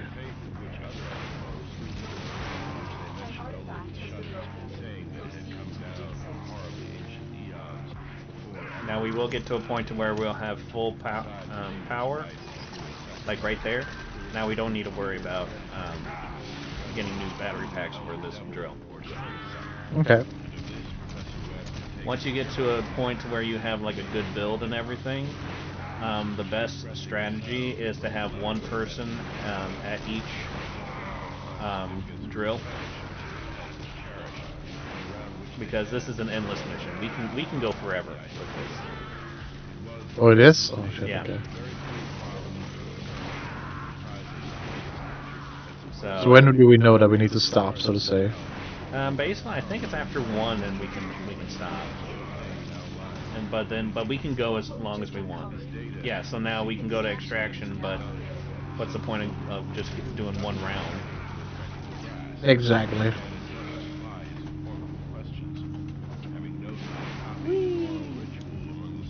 And I went off the I'm map. flying too far away. Me too.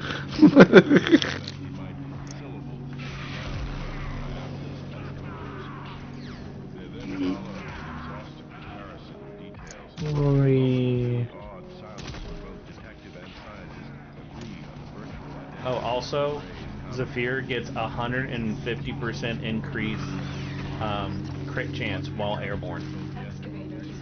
Oh damn. Okay.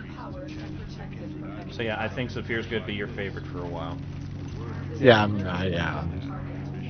like hooked on it's like gliding and like doing headshots. Also, It's my favorite go thing by so the far. drill real quick. I'm the drill, yeah. Okay, now just look at the drill Yeah. and also do that. Damn. Oh, it's like a dive. Damn. Okay. Yep. It's pretty fun. I knew that I would like playing her if I could just get a build that was fun. And this missile build basically is very amusing.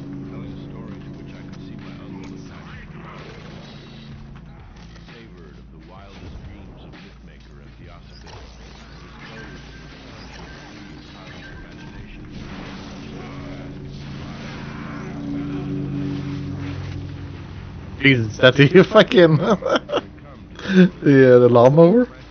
Yep. It sounds like a fucking spaceship. What the fuck? Go spaceship. Yeah, it sounds like a spaceship. Take us to your lawns. We must mow them. Since the other drill's close by, I'm gonna go ahead and just be at it. Okay.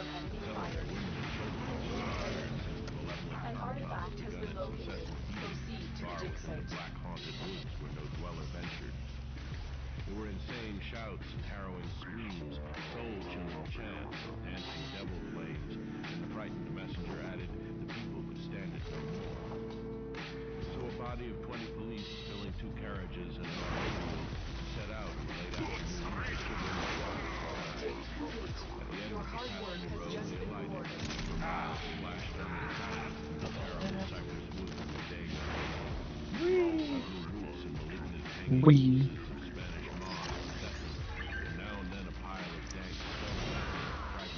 her 2 ability, she throws out a bunch of air, and it will pull enemies to that spot, or if you hold it, it will make them, they'll basically be an air explosion. Okay.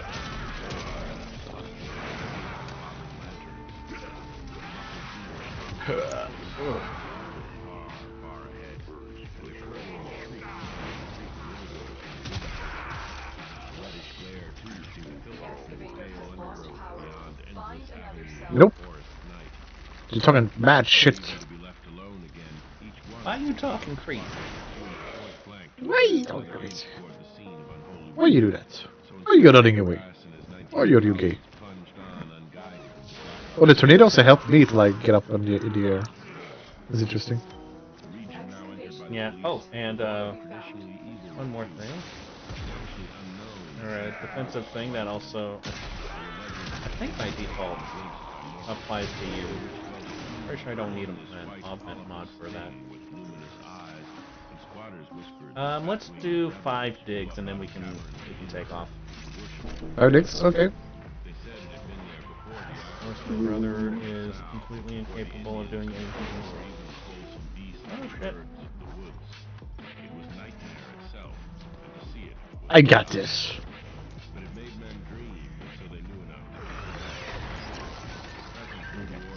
I'll be right back. Alright.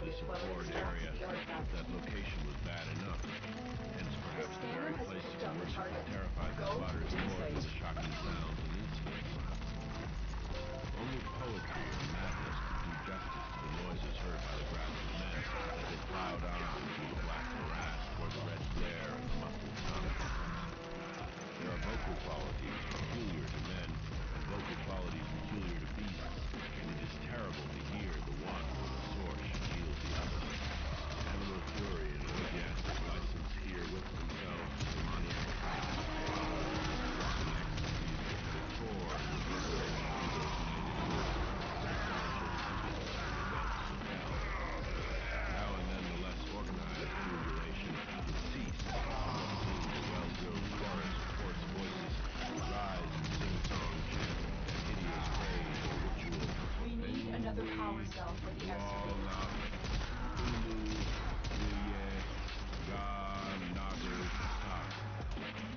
Then the men, having reached a spot where the trees were thinner, came suddenly in sight of the spectacle itself. 4 of them reeled, 1 fainted, and 2 were shaken into a frantic cry which the mad cacophony of the orgy butchered to deadness. The grass dashed swamp water on the face of the fainting man, and all stood trembling, nearly hypnotized with horror. In an escalade of the swamp stood a grassy island of perhaps an acre's extent, clear of trees and tolerably dry. On this now leaped and twisted the more indescribable horde of human abnormality than any but a scene or an Angorilla could What? void of clothing, writhing about a monstrous, well-shaped bonfire, in the center of which, revealed by occasional wisps of impertinent flame, stood a great granite monolith some 8 feet in height, on top of which, incongruous with its diminutiveness, rested a noxious carving statuette. From a wide circle of 10 scaffolds set up at regular intervals, Okay. the monolith at the center hung head downward. Where did you go? Did you die? What happened? What the fuck? Disconnected. Okay, bruh. Not from my internet though, from you. What? Yeah, disconnected from you. Bruh. Can I invite you, or... I need to join, the object has been completed? Bruh.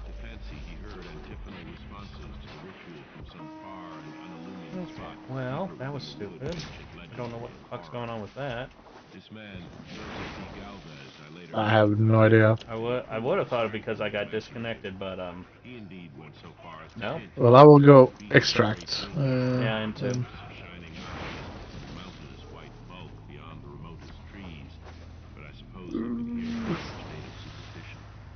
Actually, the horrified pause of the men was of comparatively brief duration. Okay, there we go. And although there must have been nearly 100 mongrel celebrants in the throng, the police relied on their firearms and plunged determinedly. Cryotic. Okay, I see. Yeah, so that's a special resource used for special items. Okay. So it's good-ish. Yeah, there's a weapon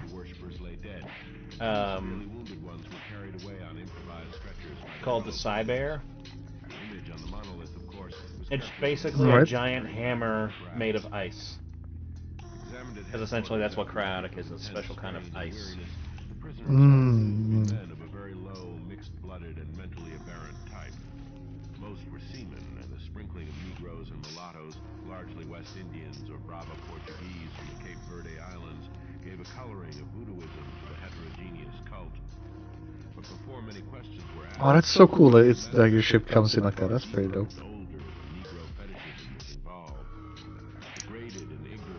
That's neat. Creatures held with surprising consistency to the central idea of the loathsome faith. They worshipped, so they said, the great old ones, ages before there were any men, who came to the young world out of the sky. Those old ones were gone now, inside the earth and under the sea, but their dead bodies had told their secrets and dreams to the first men, who formed a cult which had never died.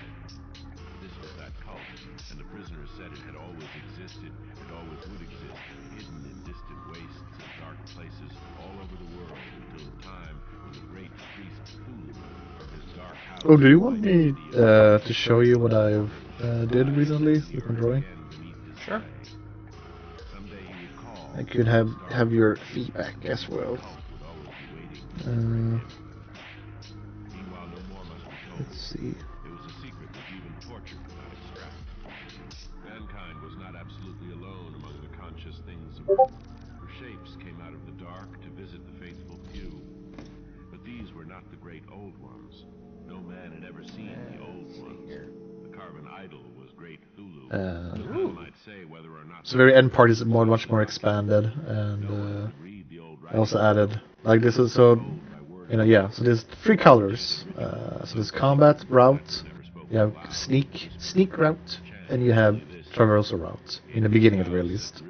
And then you convert in the middle to either go full combat or full sneak to get to your objective, which is like the tower in the middle. They have to go around, because the gates are closed. So you have to find your way around. What's the difference between the sneak and the traverse? To be honest, like not. They basically are, but just the traversal has more. Well, the traversal one is one that has more platformer and climbing. Compared to the sneak, it's just you go through the tall grass, trees, and there's like a little, like a rickety bridge, so to say, like a makeshift bridge. And the traverse is more about some jumping and climbing, and you also get a view from the side of the combat area, if like from the combat side. You can see like how like the patrols are going and things like that. Whereas through the sneak path, you'll have to make sure you can be easily seen if you're just going through it. Yes, you have to. It is tall grass, but it's still like the enemy can still see you, but you have more of a. It's a, how do you say it, higher reaction time, or how do you say it? Slower reaction time?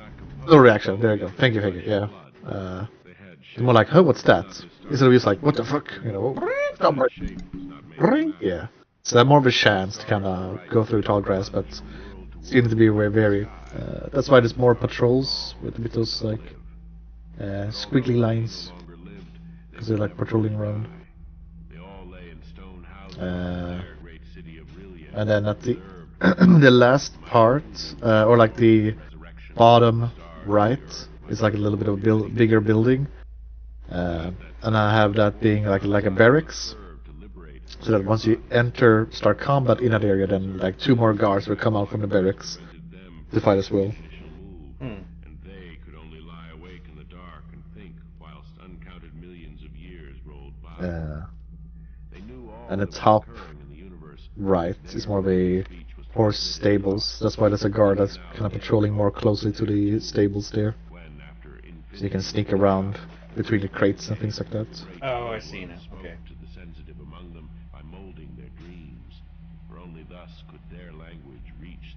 I was thinking maybe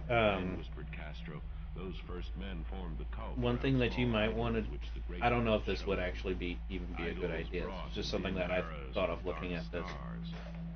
In the corner, have a legend with a range of colors. And oh yeah, I know what you mean. Yeah, that will be added. Well, but this is not for identifying things on the map. This is for identifying elevations of the map, and then you color in with each color like the general elevation of each spot. That way you can better show like, oh, the traverse is like this is going to be platforming, like it's going to be up higher or something, or this one way, this area is lower from this area and all that stuff. I don't know if that's actually a good idea. I just think it would be interesting. No, I think that it does make sense. It also makes it easy to see, because this is top-down perspective, so it's difficult to kind of see if it's going up or going down. Yeah. And the whole idea is that you are gradually going up, so to say. So that's why in the beginning, the first like traversal path, it actually goes down, so you're more like in a lower elevation, and then you're climbing back up, so to say.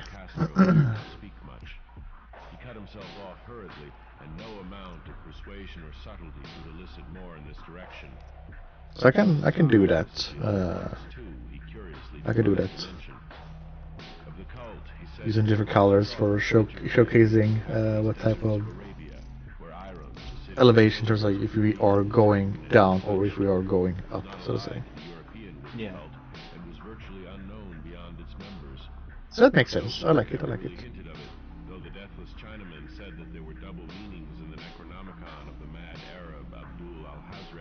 Which the initiated might read as they chose, especially the much-discussed couplet, "That is not dead which can eternal lie." Okay. Strange eons, even death may die. So we can keep going. I'm going to play my support frames. That way I can help you doing more, or at least make sure you don't die. Castro apparently had told the truth. Great. Said that it was wholly secret. I do want to test out this one shed no light upon either cult thing or image. And now the this detective one. had come to the highest authorities in the country and met with no more than the Greenland tale of Professor Webb. The feverish interest aroused at the meeting by Legrass's tale, corroborated as it was by the statuette, is echoed in the subsequent correspondence of those who attended, although scant mention occurs in the formal publications of the Society. Caution is the first care of those accustomed to face occasional charlatanry and imposture. Legrass for some time lent the image to Professor Webb, but at the latter's death it was returned to him and remains in his possession, for I viewed it not long ago. It is truly a terrible thing, and unmistakably akin to the dream sculpture of young Wilcox. That my uncle was excited by the tale of the sculptor I did not wonder. Oh. For what thoughts must arise upon hearing, after a knowledge of what Legrass had learned of the cult, of a sensitive young man who had dreamed not only the figure and exact hieroglyphics of the swamp-found image and the Greenland devil tablet, but had come in his dreams upon at least 3 of the precise words of the formula uttered alike by Eskimo diabolists and mongrel Louisianans. Professor Angel's instant start on an investigation. Okay, well, I'm ready whenever you are. Was eminently natural. Okay, I guess the... Sorry. I was reading through a message that I just got from my friend about the level. And he was very happy with the barracks. The enemy spawn location. I was like, oh, that's very clever. That's very, very clever. I was like, oh, yes, thank you. I got recognition. I did it. I did it. I'm doing something good. This whole time, with that level specifically, we have doing so many like reworks. And I'm like, please, please. Dude, that's how it is so many times when I'm making emotes for commission. Just like, oh, here's the thing that you asked for. And I'm just sitting there like, don't fucking take it. So I was like, well, I mean, can we like can we do this add thing? this? Can we do this thing? There've been a lot of times where it's like, can we do this, this, and this? It's like, so you want me to do a completely different emote then? Motherfucker. Yeah, I now understand how you feel. It's frustrating because I've been he's been like, so I gave me all like different iterations. So like, okay, now we do this. Okay, cool. Now let's look at this and then okay, have you changed these parts? Like, okay. I changed all of that. It's like, hey, what about now? Yeah, that's cool. That's cool. But let's change all of that. It's like, motherfucker, like just say it from the beginning, because I have to like read everything. And now he's finally satisfied. It's like, okay, thank you. I just need to polish it, which I'm fucking not gonna do it right now, or not even tomorrow either. Fuck that. But this is happy with it. So it's like, okay, cool. I clicked on your razor. It's not mine, it's yours. Yeah. When a dad joke is so stupid you can't respond.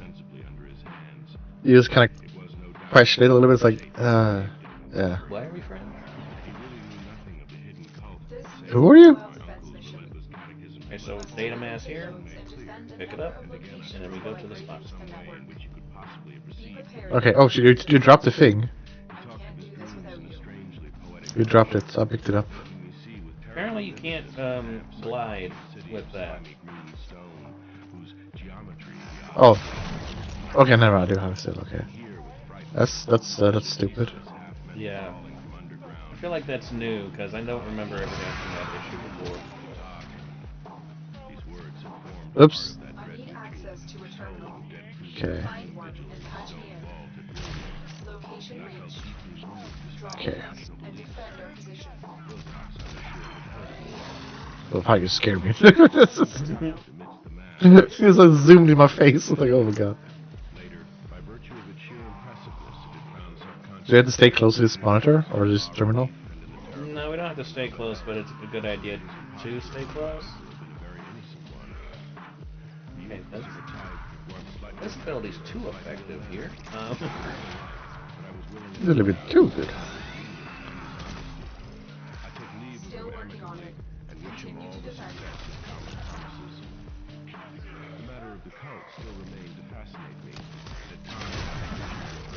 Jesus.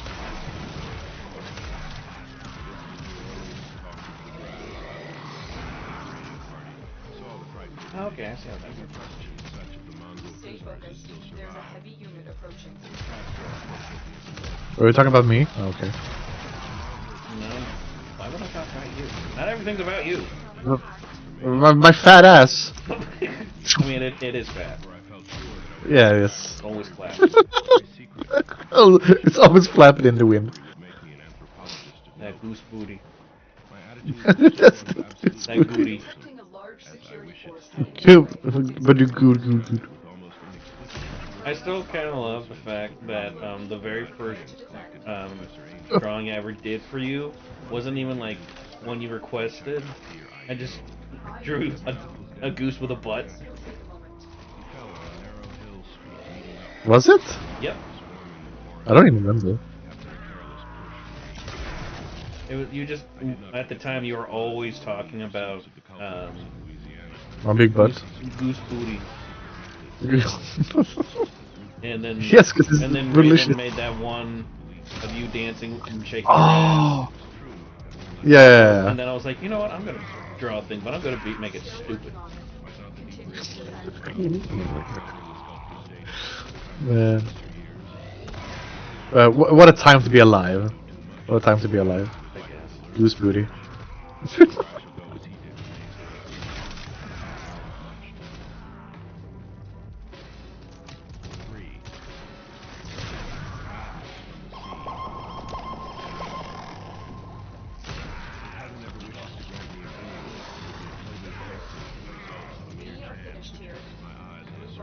Okay.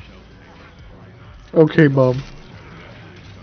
Well, she is considered the mom. Like everyone calls her mom. And I'm not even Queen. She's called mom. I mean, it makes sense. In the story, kind of. Oh, she's kind of like a mom, yeah.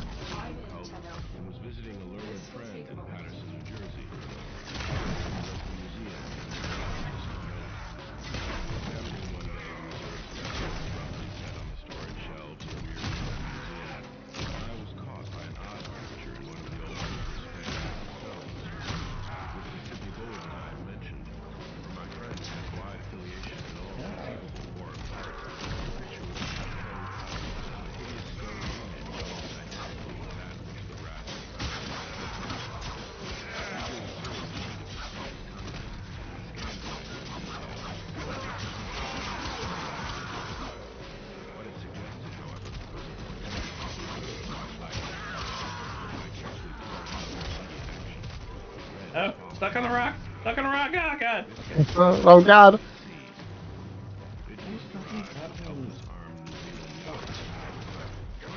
Weird. The odds were against us, Tenno, but we did it. Mission complete. Odds were against us? I don't know about that, dude. I guess. I mean, I was struggling. God damn. I mean, my ass crack is sweating. Yeah. I can feel it from here. It's like vibrating. It's like vibrating. What the fuck does that mean? Man, I'm sweating. Yeah, I can feel the vibrations from here. What? The butt sweats. every time you have sweat going to your ass crack, you just like a phone. Oh, I hate it when it happens. Wakes up on neighbors.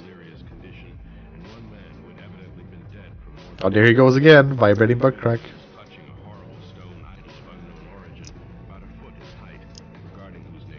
Like having a sex toy implanted into you. Except you have no control over it. I mean, you can have some control of it.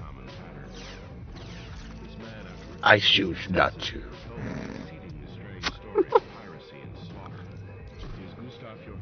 Oh, what is infestation? Cobra.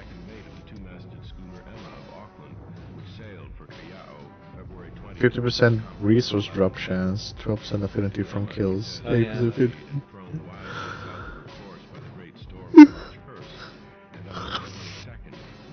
Cervantes sabotage. What's this? Lift. Defense. Then there's Mars Junction, and then there's Venus Junction. Savagely and without warning upon the schooner with a peculiarly heavy battery of brass cannon. You ready to do Gaia and Pacific?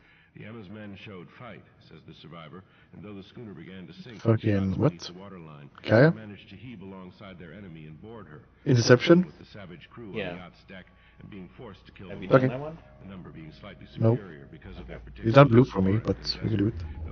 Well, if it's not blue, then you've done it. Three of the Emma's men oh, I did it. Okay. And first mate Green were killed. How do I? The remaining eight under second mate Johansson proceeded to so right now is Koba, Cervantes, and Lith. That is blue.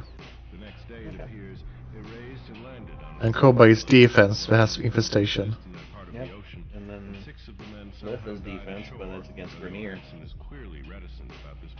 I haven't met infestation. Okay. Let's do it. Okay. Okay. I'm gonna be playing as Wisp this time. Wisp. We.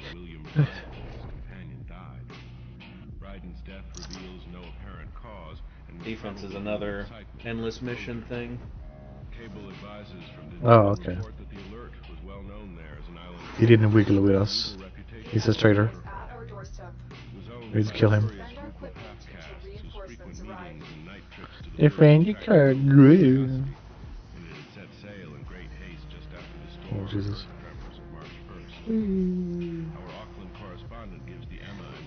There's just a cargo. Warframe cryo. So I do this, get into the ring of that, and then you have these floaty things that help you.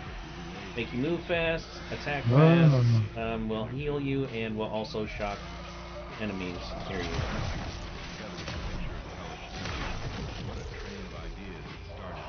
Oh, Jesus. Yeah. God damn.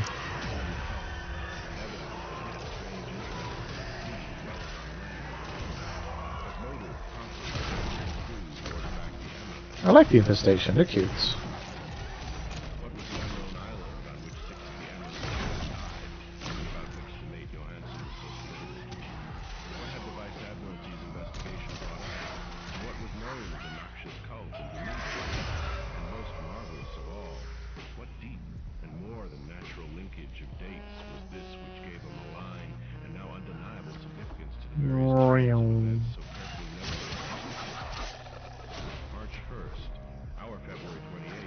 Oh, Jesus.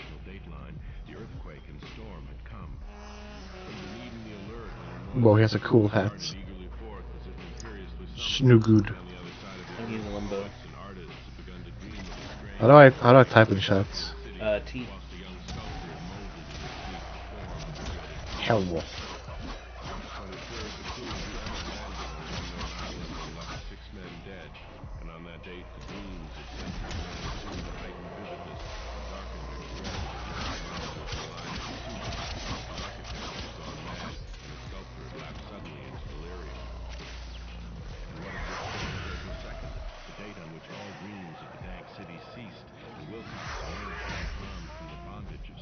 There we go.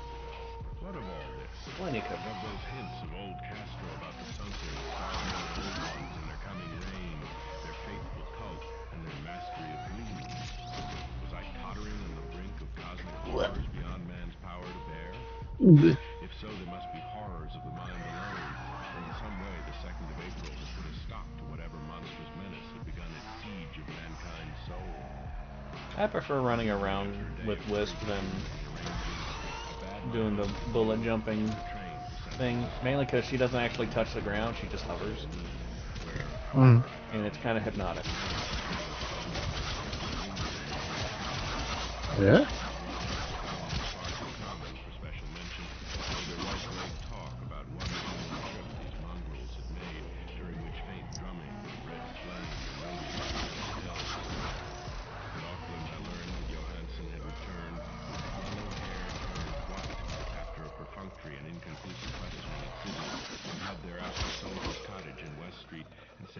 Not sure why Limbo's not using his 4 ability. Like the ability to use when you're playing him in defense.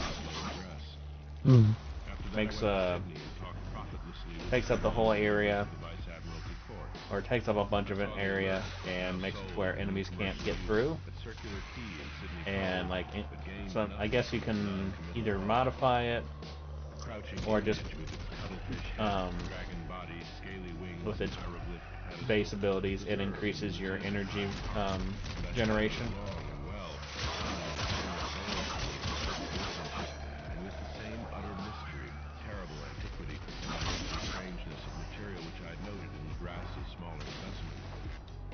Geologists, the curator told me, had found it among them, but they vowed that the world held no rock.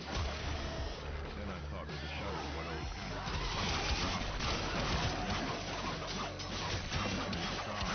and had brought their images with them. I really enjoy shooting than doing melee. I don't like aiming because I can't aim, so I don't have to aim with. Oh my god, at aiming, so it's you know, perfect for me. Sure. What do you mean, sure? What do you mean? What do you mean?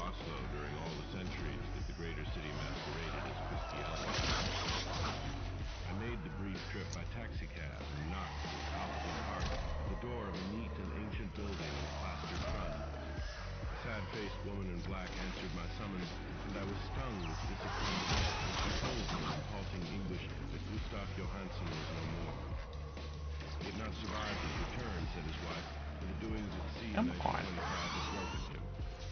He had told her no more than he had told the public, but had left a long manuscript of technical matters, as he said, written in English, evidently in order to safeguard her from the peril of casual. So this is the last wave. If you want, we can just end it after this, or we can just keep going to wave 10. Is there any benefits to it at all? I mean, it's the same as continuing to do all the other endless missions. You will get more resources and stuff, but defense missions, I don't think this one you get anything in particular. So we should just extract instead? I mean, sure, we can always come back to this later. Okay. Oh, it's sudden death. But we win. Just fuck these people.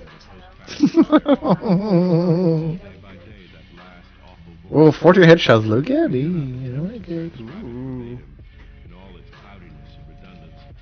I mean, I barely got any kills at all because just died before I can even shoot.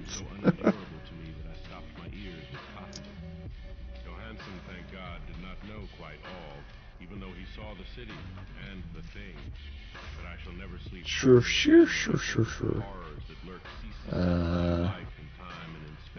Okay. Wanna do lift? Sure. Okay. Whenever another earthquake shall heave their monstrous stone city again to the sun and air. Johansson's voyage had begun just as he told it to the Vice Admiralty. The Emma in ballast had cleared off. So when it says lift 1 through 6, does it mean like the level? That's the level of the enemies. Okay. Should say level 1 through 6. Once more under control, the ship was making good progress when held up by the alert on March 22nd. Maybe I'm blind.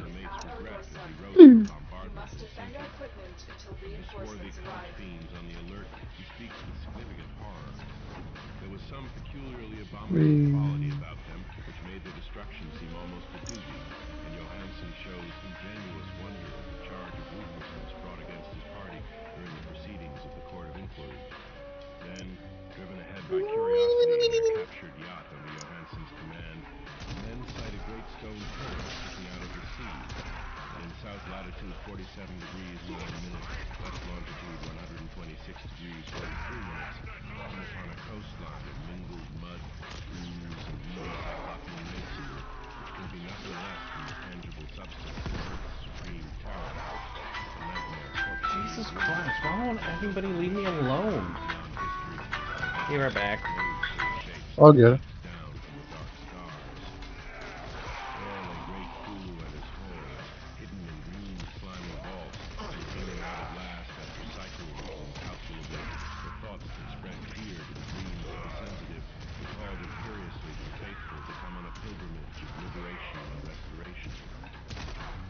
Johansson did not suspect, but God knows he soon saw enough. I suppose that only a single mountaintop, its hideous monolith-crowned citadel whereon great Cthulhu was buried, actually emerged from the waters. When I think of the extent of all that may be brooding down there, I almost wish to kill myself forthwith. Johansson and his men were awed by the cosmic majesty of this dripping Babylon of elder demons, and must have guessed that it was nothing of this or of any sane planet. Awe at the unbelievable size of the greenish stone block, at the dizzying height of the great carven monolith, and at the stupefying identity of the statues and bas-reliefs that the queer image found in the shrine on the alert is poignantly visible in every line of the mate's frightened description. Without knowing what futurism is like, Johansson achieved something very close to it when he painted the city, for instead of describing any definite structure or building, he dwells only on broad impressions of vast angles and stone surfaces too great to belong to anything right or proper to this earth, and impious with horrible images and hieroglyphs. I mention his talk about angles because it suggests something Wilcox had told me of his awful dreams. He has said that the geometry of the dream place he saw was abnormal, Welcome back. Euclidean, and loathsomely redolent of spheres and dimensions apart from ours.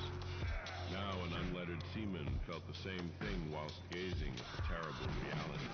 Hansen and his men landed in a sloping mud bank on this monstrous acropolis and clambered slipperily. It is pretty funny to be gliding by and then just slash the fuck out of an enemy. It's a drive-by slashing. Yep. I've got your face!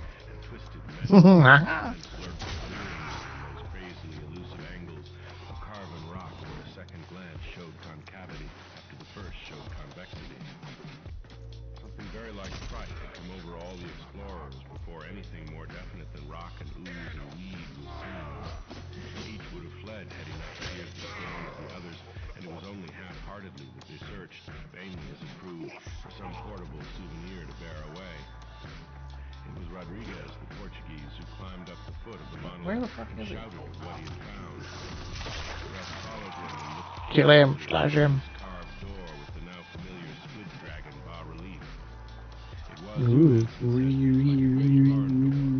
Mine little barrier made of blood. Bear Made of blood. Bear made of blood. Keeps me protected. Wilcox would have said the geometry of the place was all wrong. He could not be sure that the sea and the ground Fuck were off. horizontal, hence the relative position of everything existent in the hazardous area. Dryden pushed the stone several places without result. When Donovan felt over it delicately around the edge, I'm stuck. Stupid briefcase. Door's stuck. Door's stuck. because the stone molded, that is, one would call it climbing, the thing was not after all horizontal.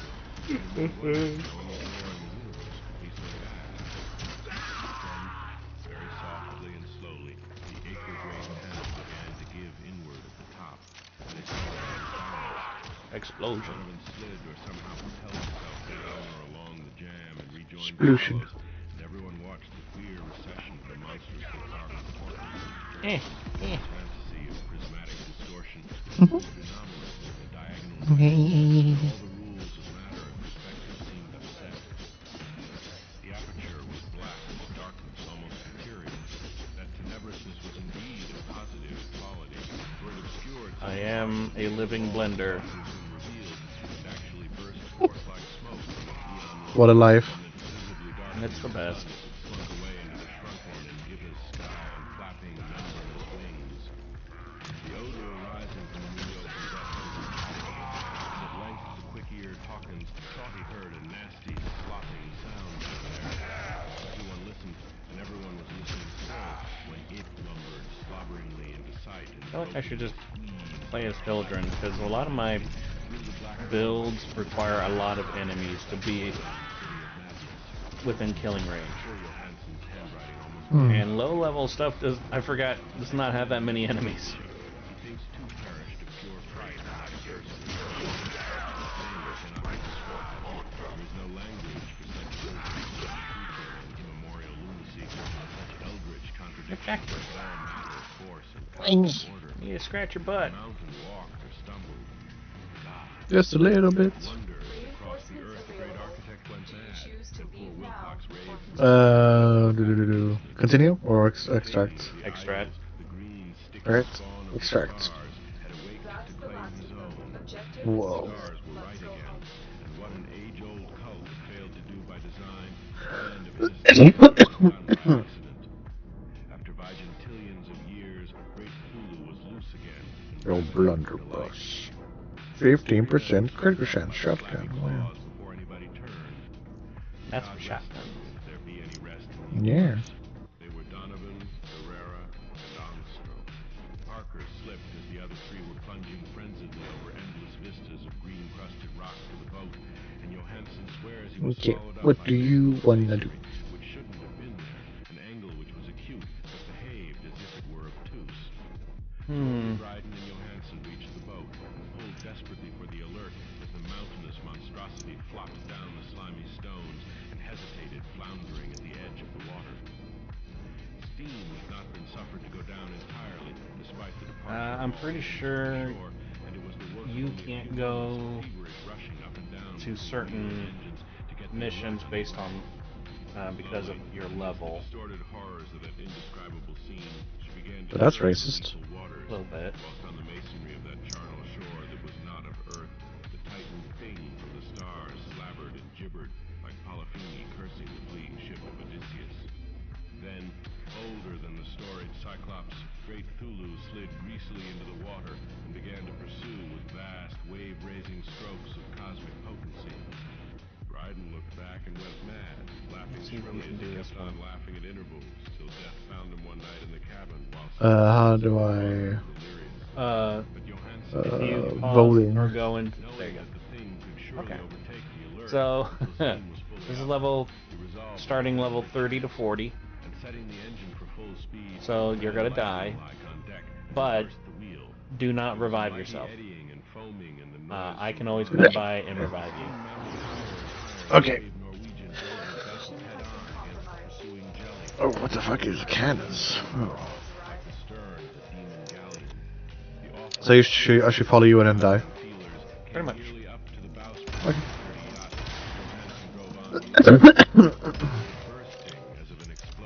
Okay, mommy. I am the muscle mommy.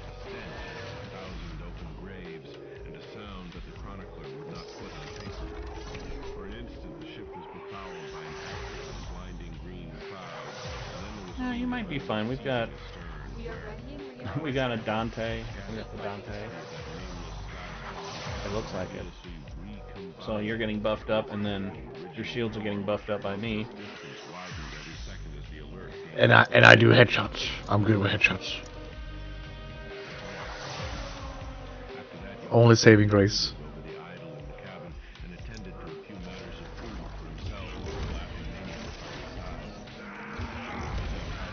If I can fucking see where the enemies are at.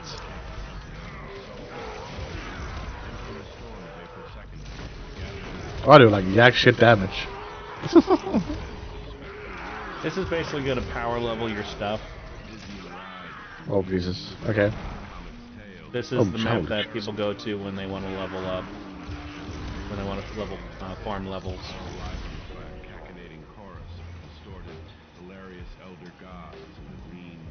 Are we going up? Yep. Going up. Moving on up.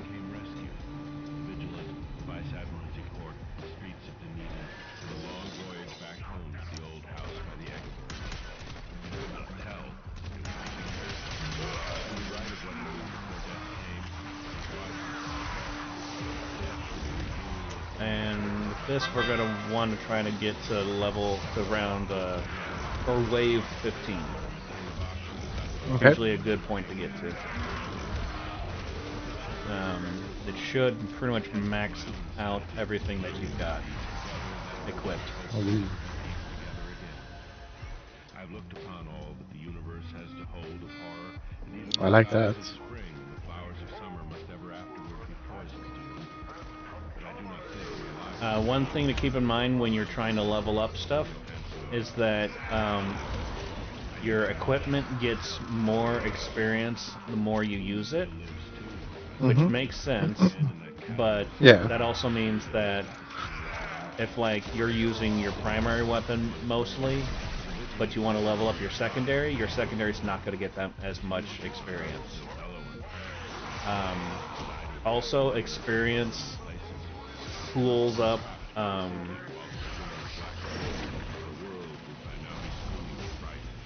in a way to where if you have just one weapon on you, then a lot of experience is going to go onto that weapon. So if you have like all your weapons and your frame is also not fully leveled up, then the amount of experience that you get from kills and stuff gets distributed evenly throughout. So like if you got like 500 experience points from a kill, that would get divided by 4 if all 4 of your things are not leveled up. So if you want to level up a frame, use abilities. Want to level up weapons, use the weapon. And to really max it out, just have one weapon equipped if you're wanting to just level up that one weapon. Right. Also, staying relatively close to allies is optimal, because you also get the experience that they get from kills. But if they're too far away, you do not get that experience. So there's a thing called affinity range, and it's about 50 meters. So I should try to stick close with everyone. Yeah, that's one of the reasons why this map is used a lot for leveling, because it's very small, which means that most of the area, as long as someone's in the center, most of the area is within affinity range. Okay. Yeah, because we all use defending this point essentially. Yeah. Whereas like the last defense missions we were doing, kind of a big open map, and it took a while for enemies to get to the center. Yeah. So that's why this one's just used. But if you want to level and you do not care about getting resources, you will get to a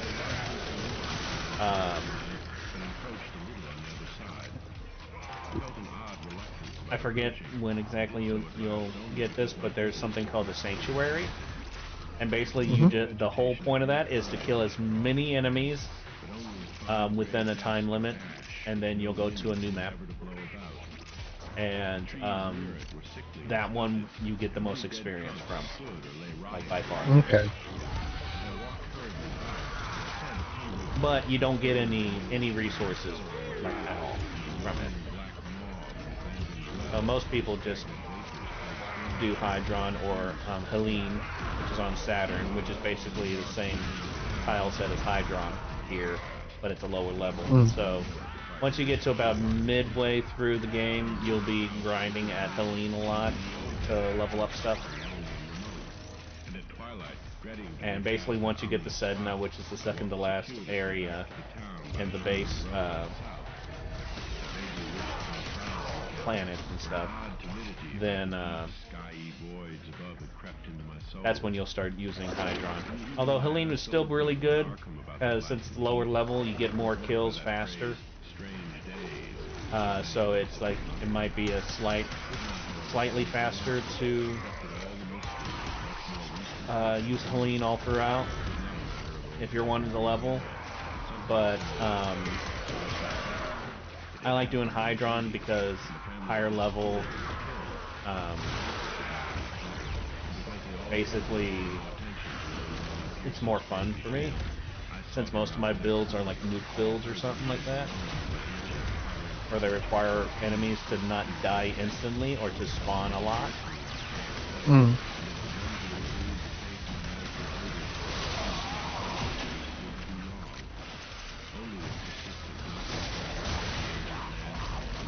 Jesus.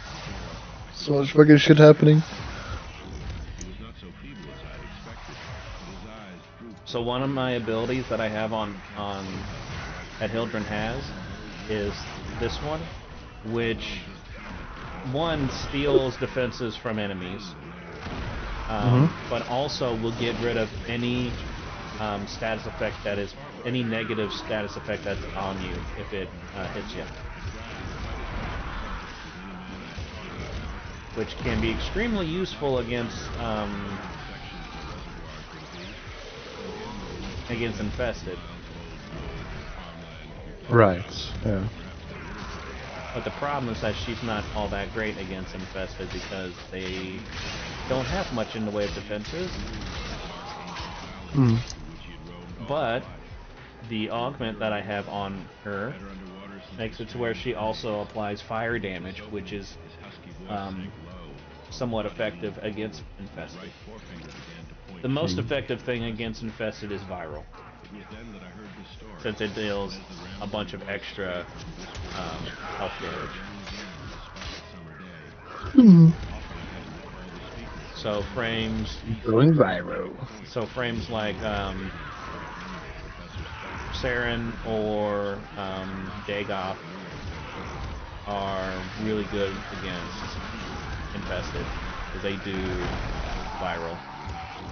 Dagoth strictly does viral damage, whereas Saren does toxic, corrosive, gas, and viral, depending on how you build her. Okay.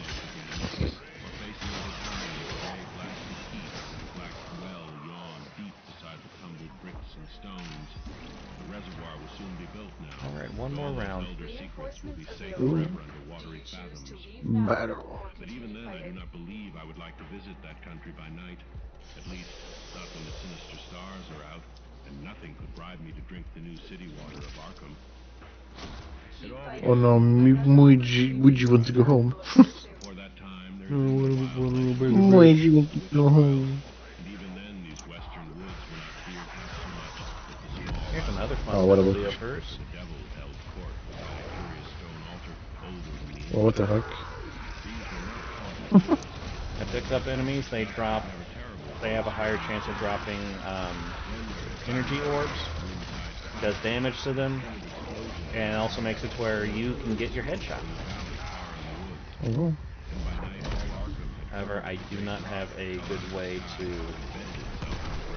keep it going forever, unlike what I've got going now. Because all I can do is use my first ability, which is basically a hand cannon. Oh, okay.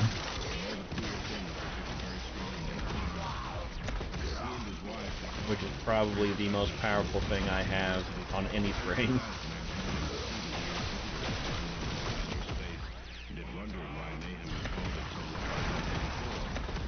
At least it's base damage. As he pointed out the big brownish mound above the ripped earth and charred grass near the archaic well sweep in his front yard.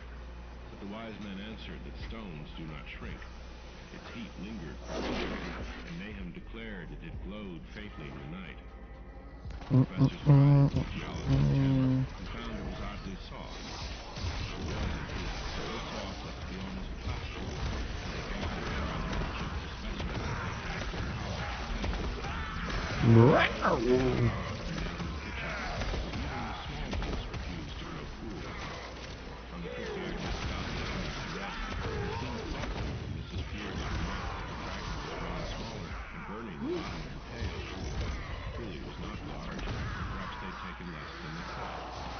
Apparently there's a somewhat new section in the dashboard on Twitch. Okay. That is research, called research. Research. And Okay. basically you go there and you look up what games and stuff that you stream often, and it will actually show you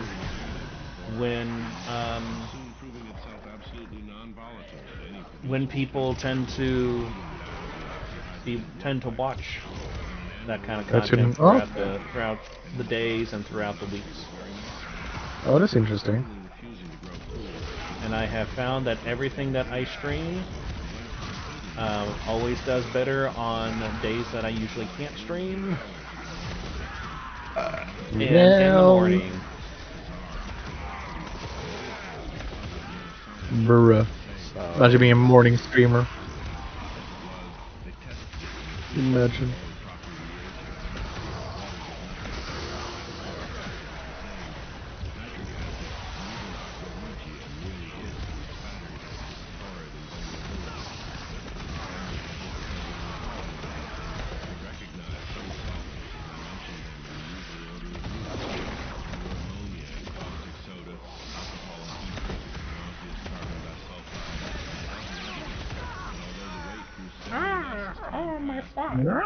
seemed to be slightly cooling. Oh, why'd you kick me in the dick? Solvents to show that they hadn't at all. Why is he always hitting me in the dick?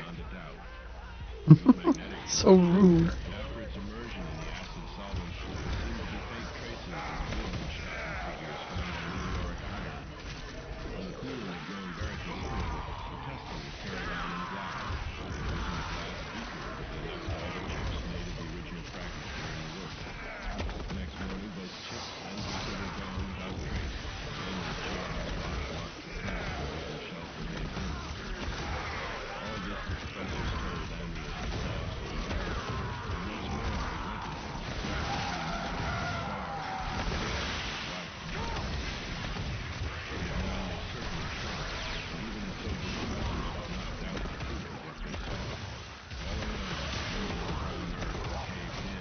more he went with him, I'm still standing.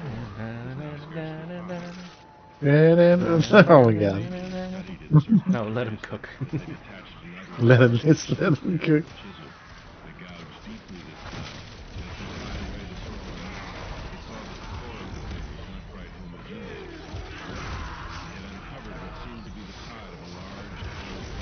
I'll probably go to bed after this one. I'm getting tired.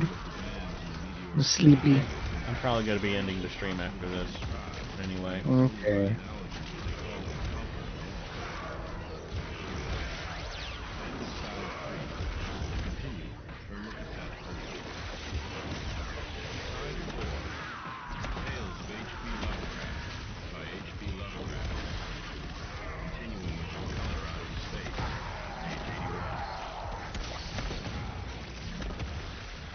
Whoa.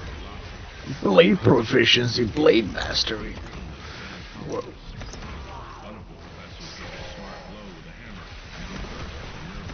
Rank 30 with Dix Nikana. And 28 with Dix Burris. Pretty sure you're maxed out on everything now.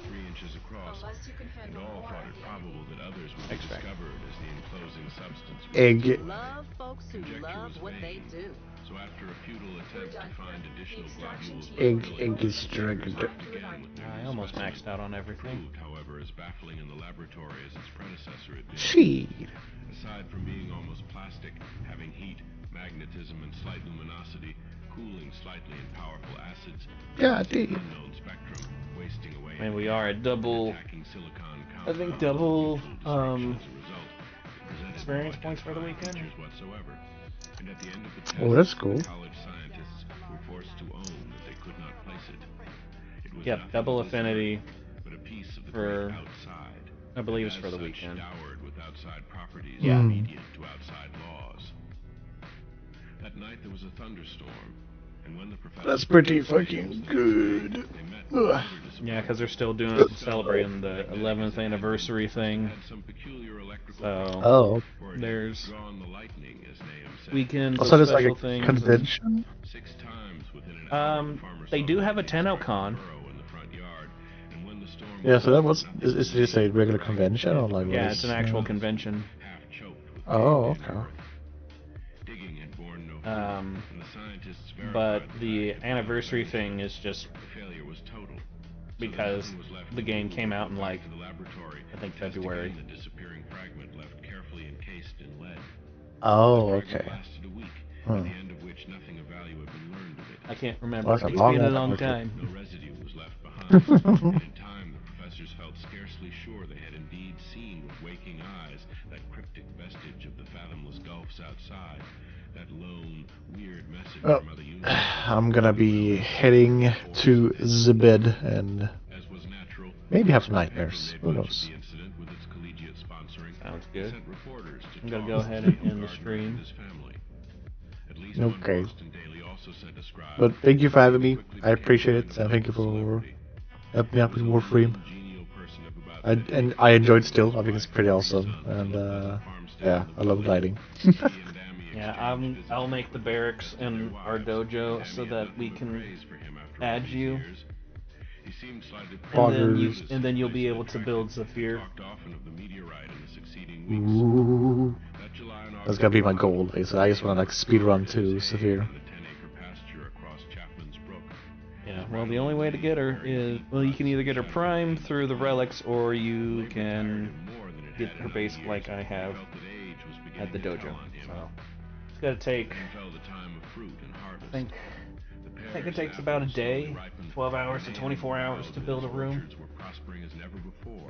Okay. So once it's built, I'll send you an invite.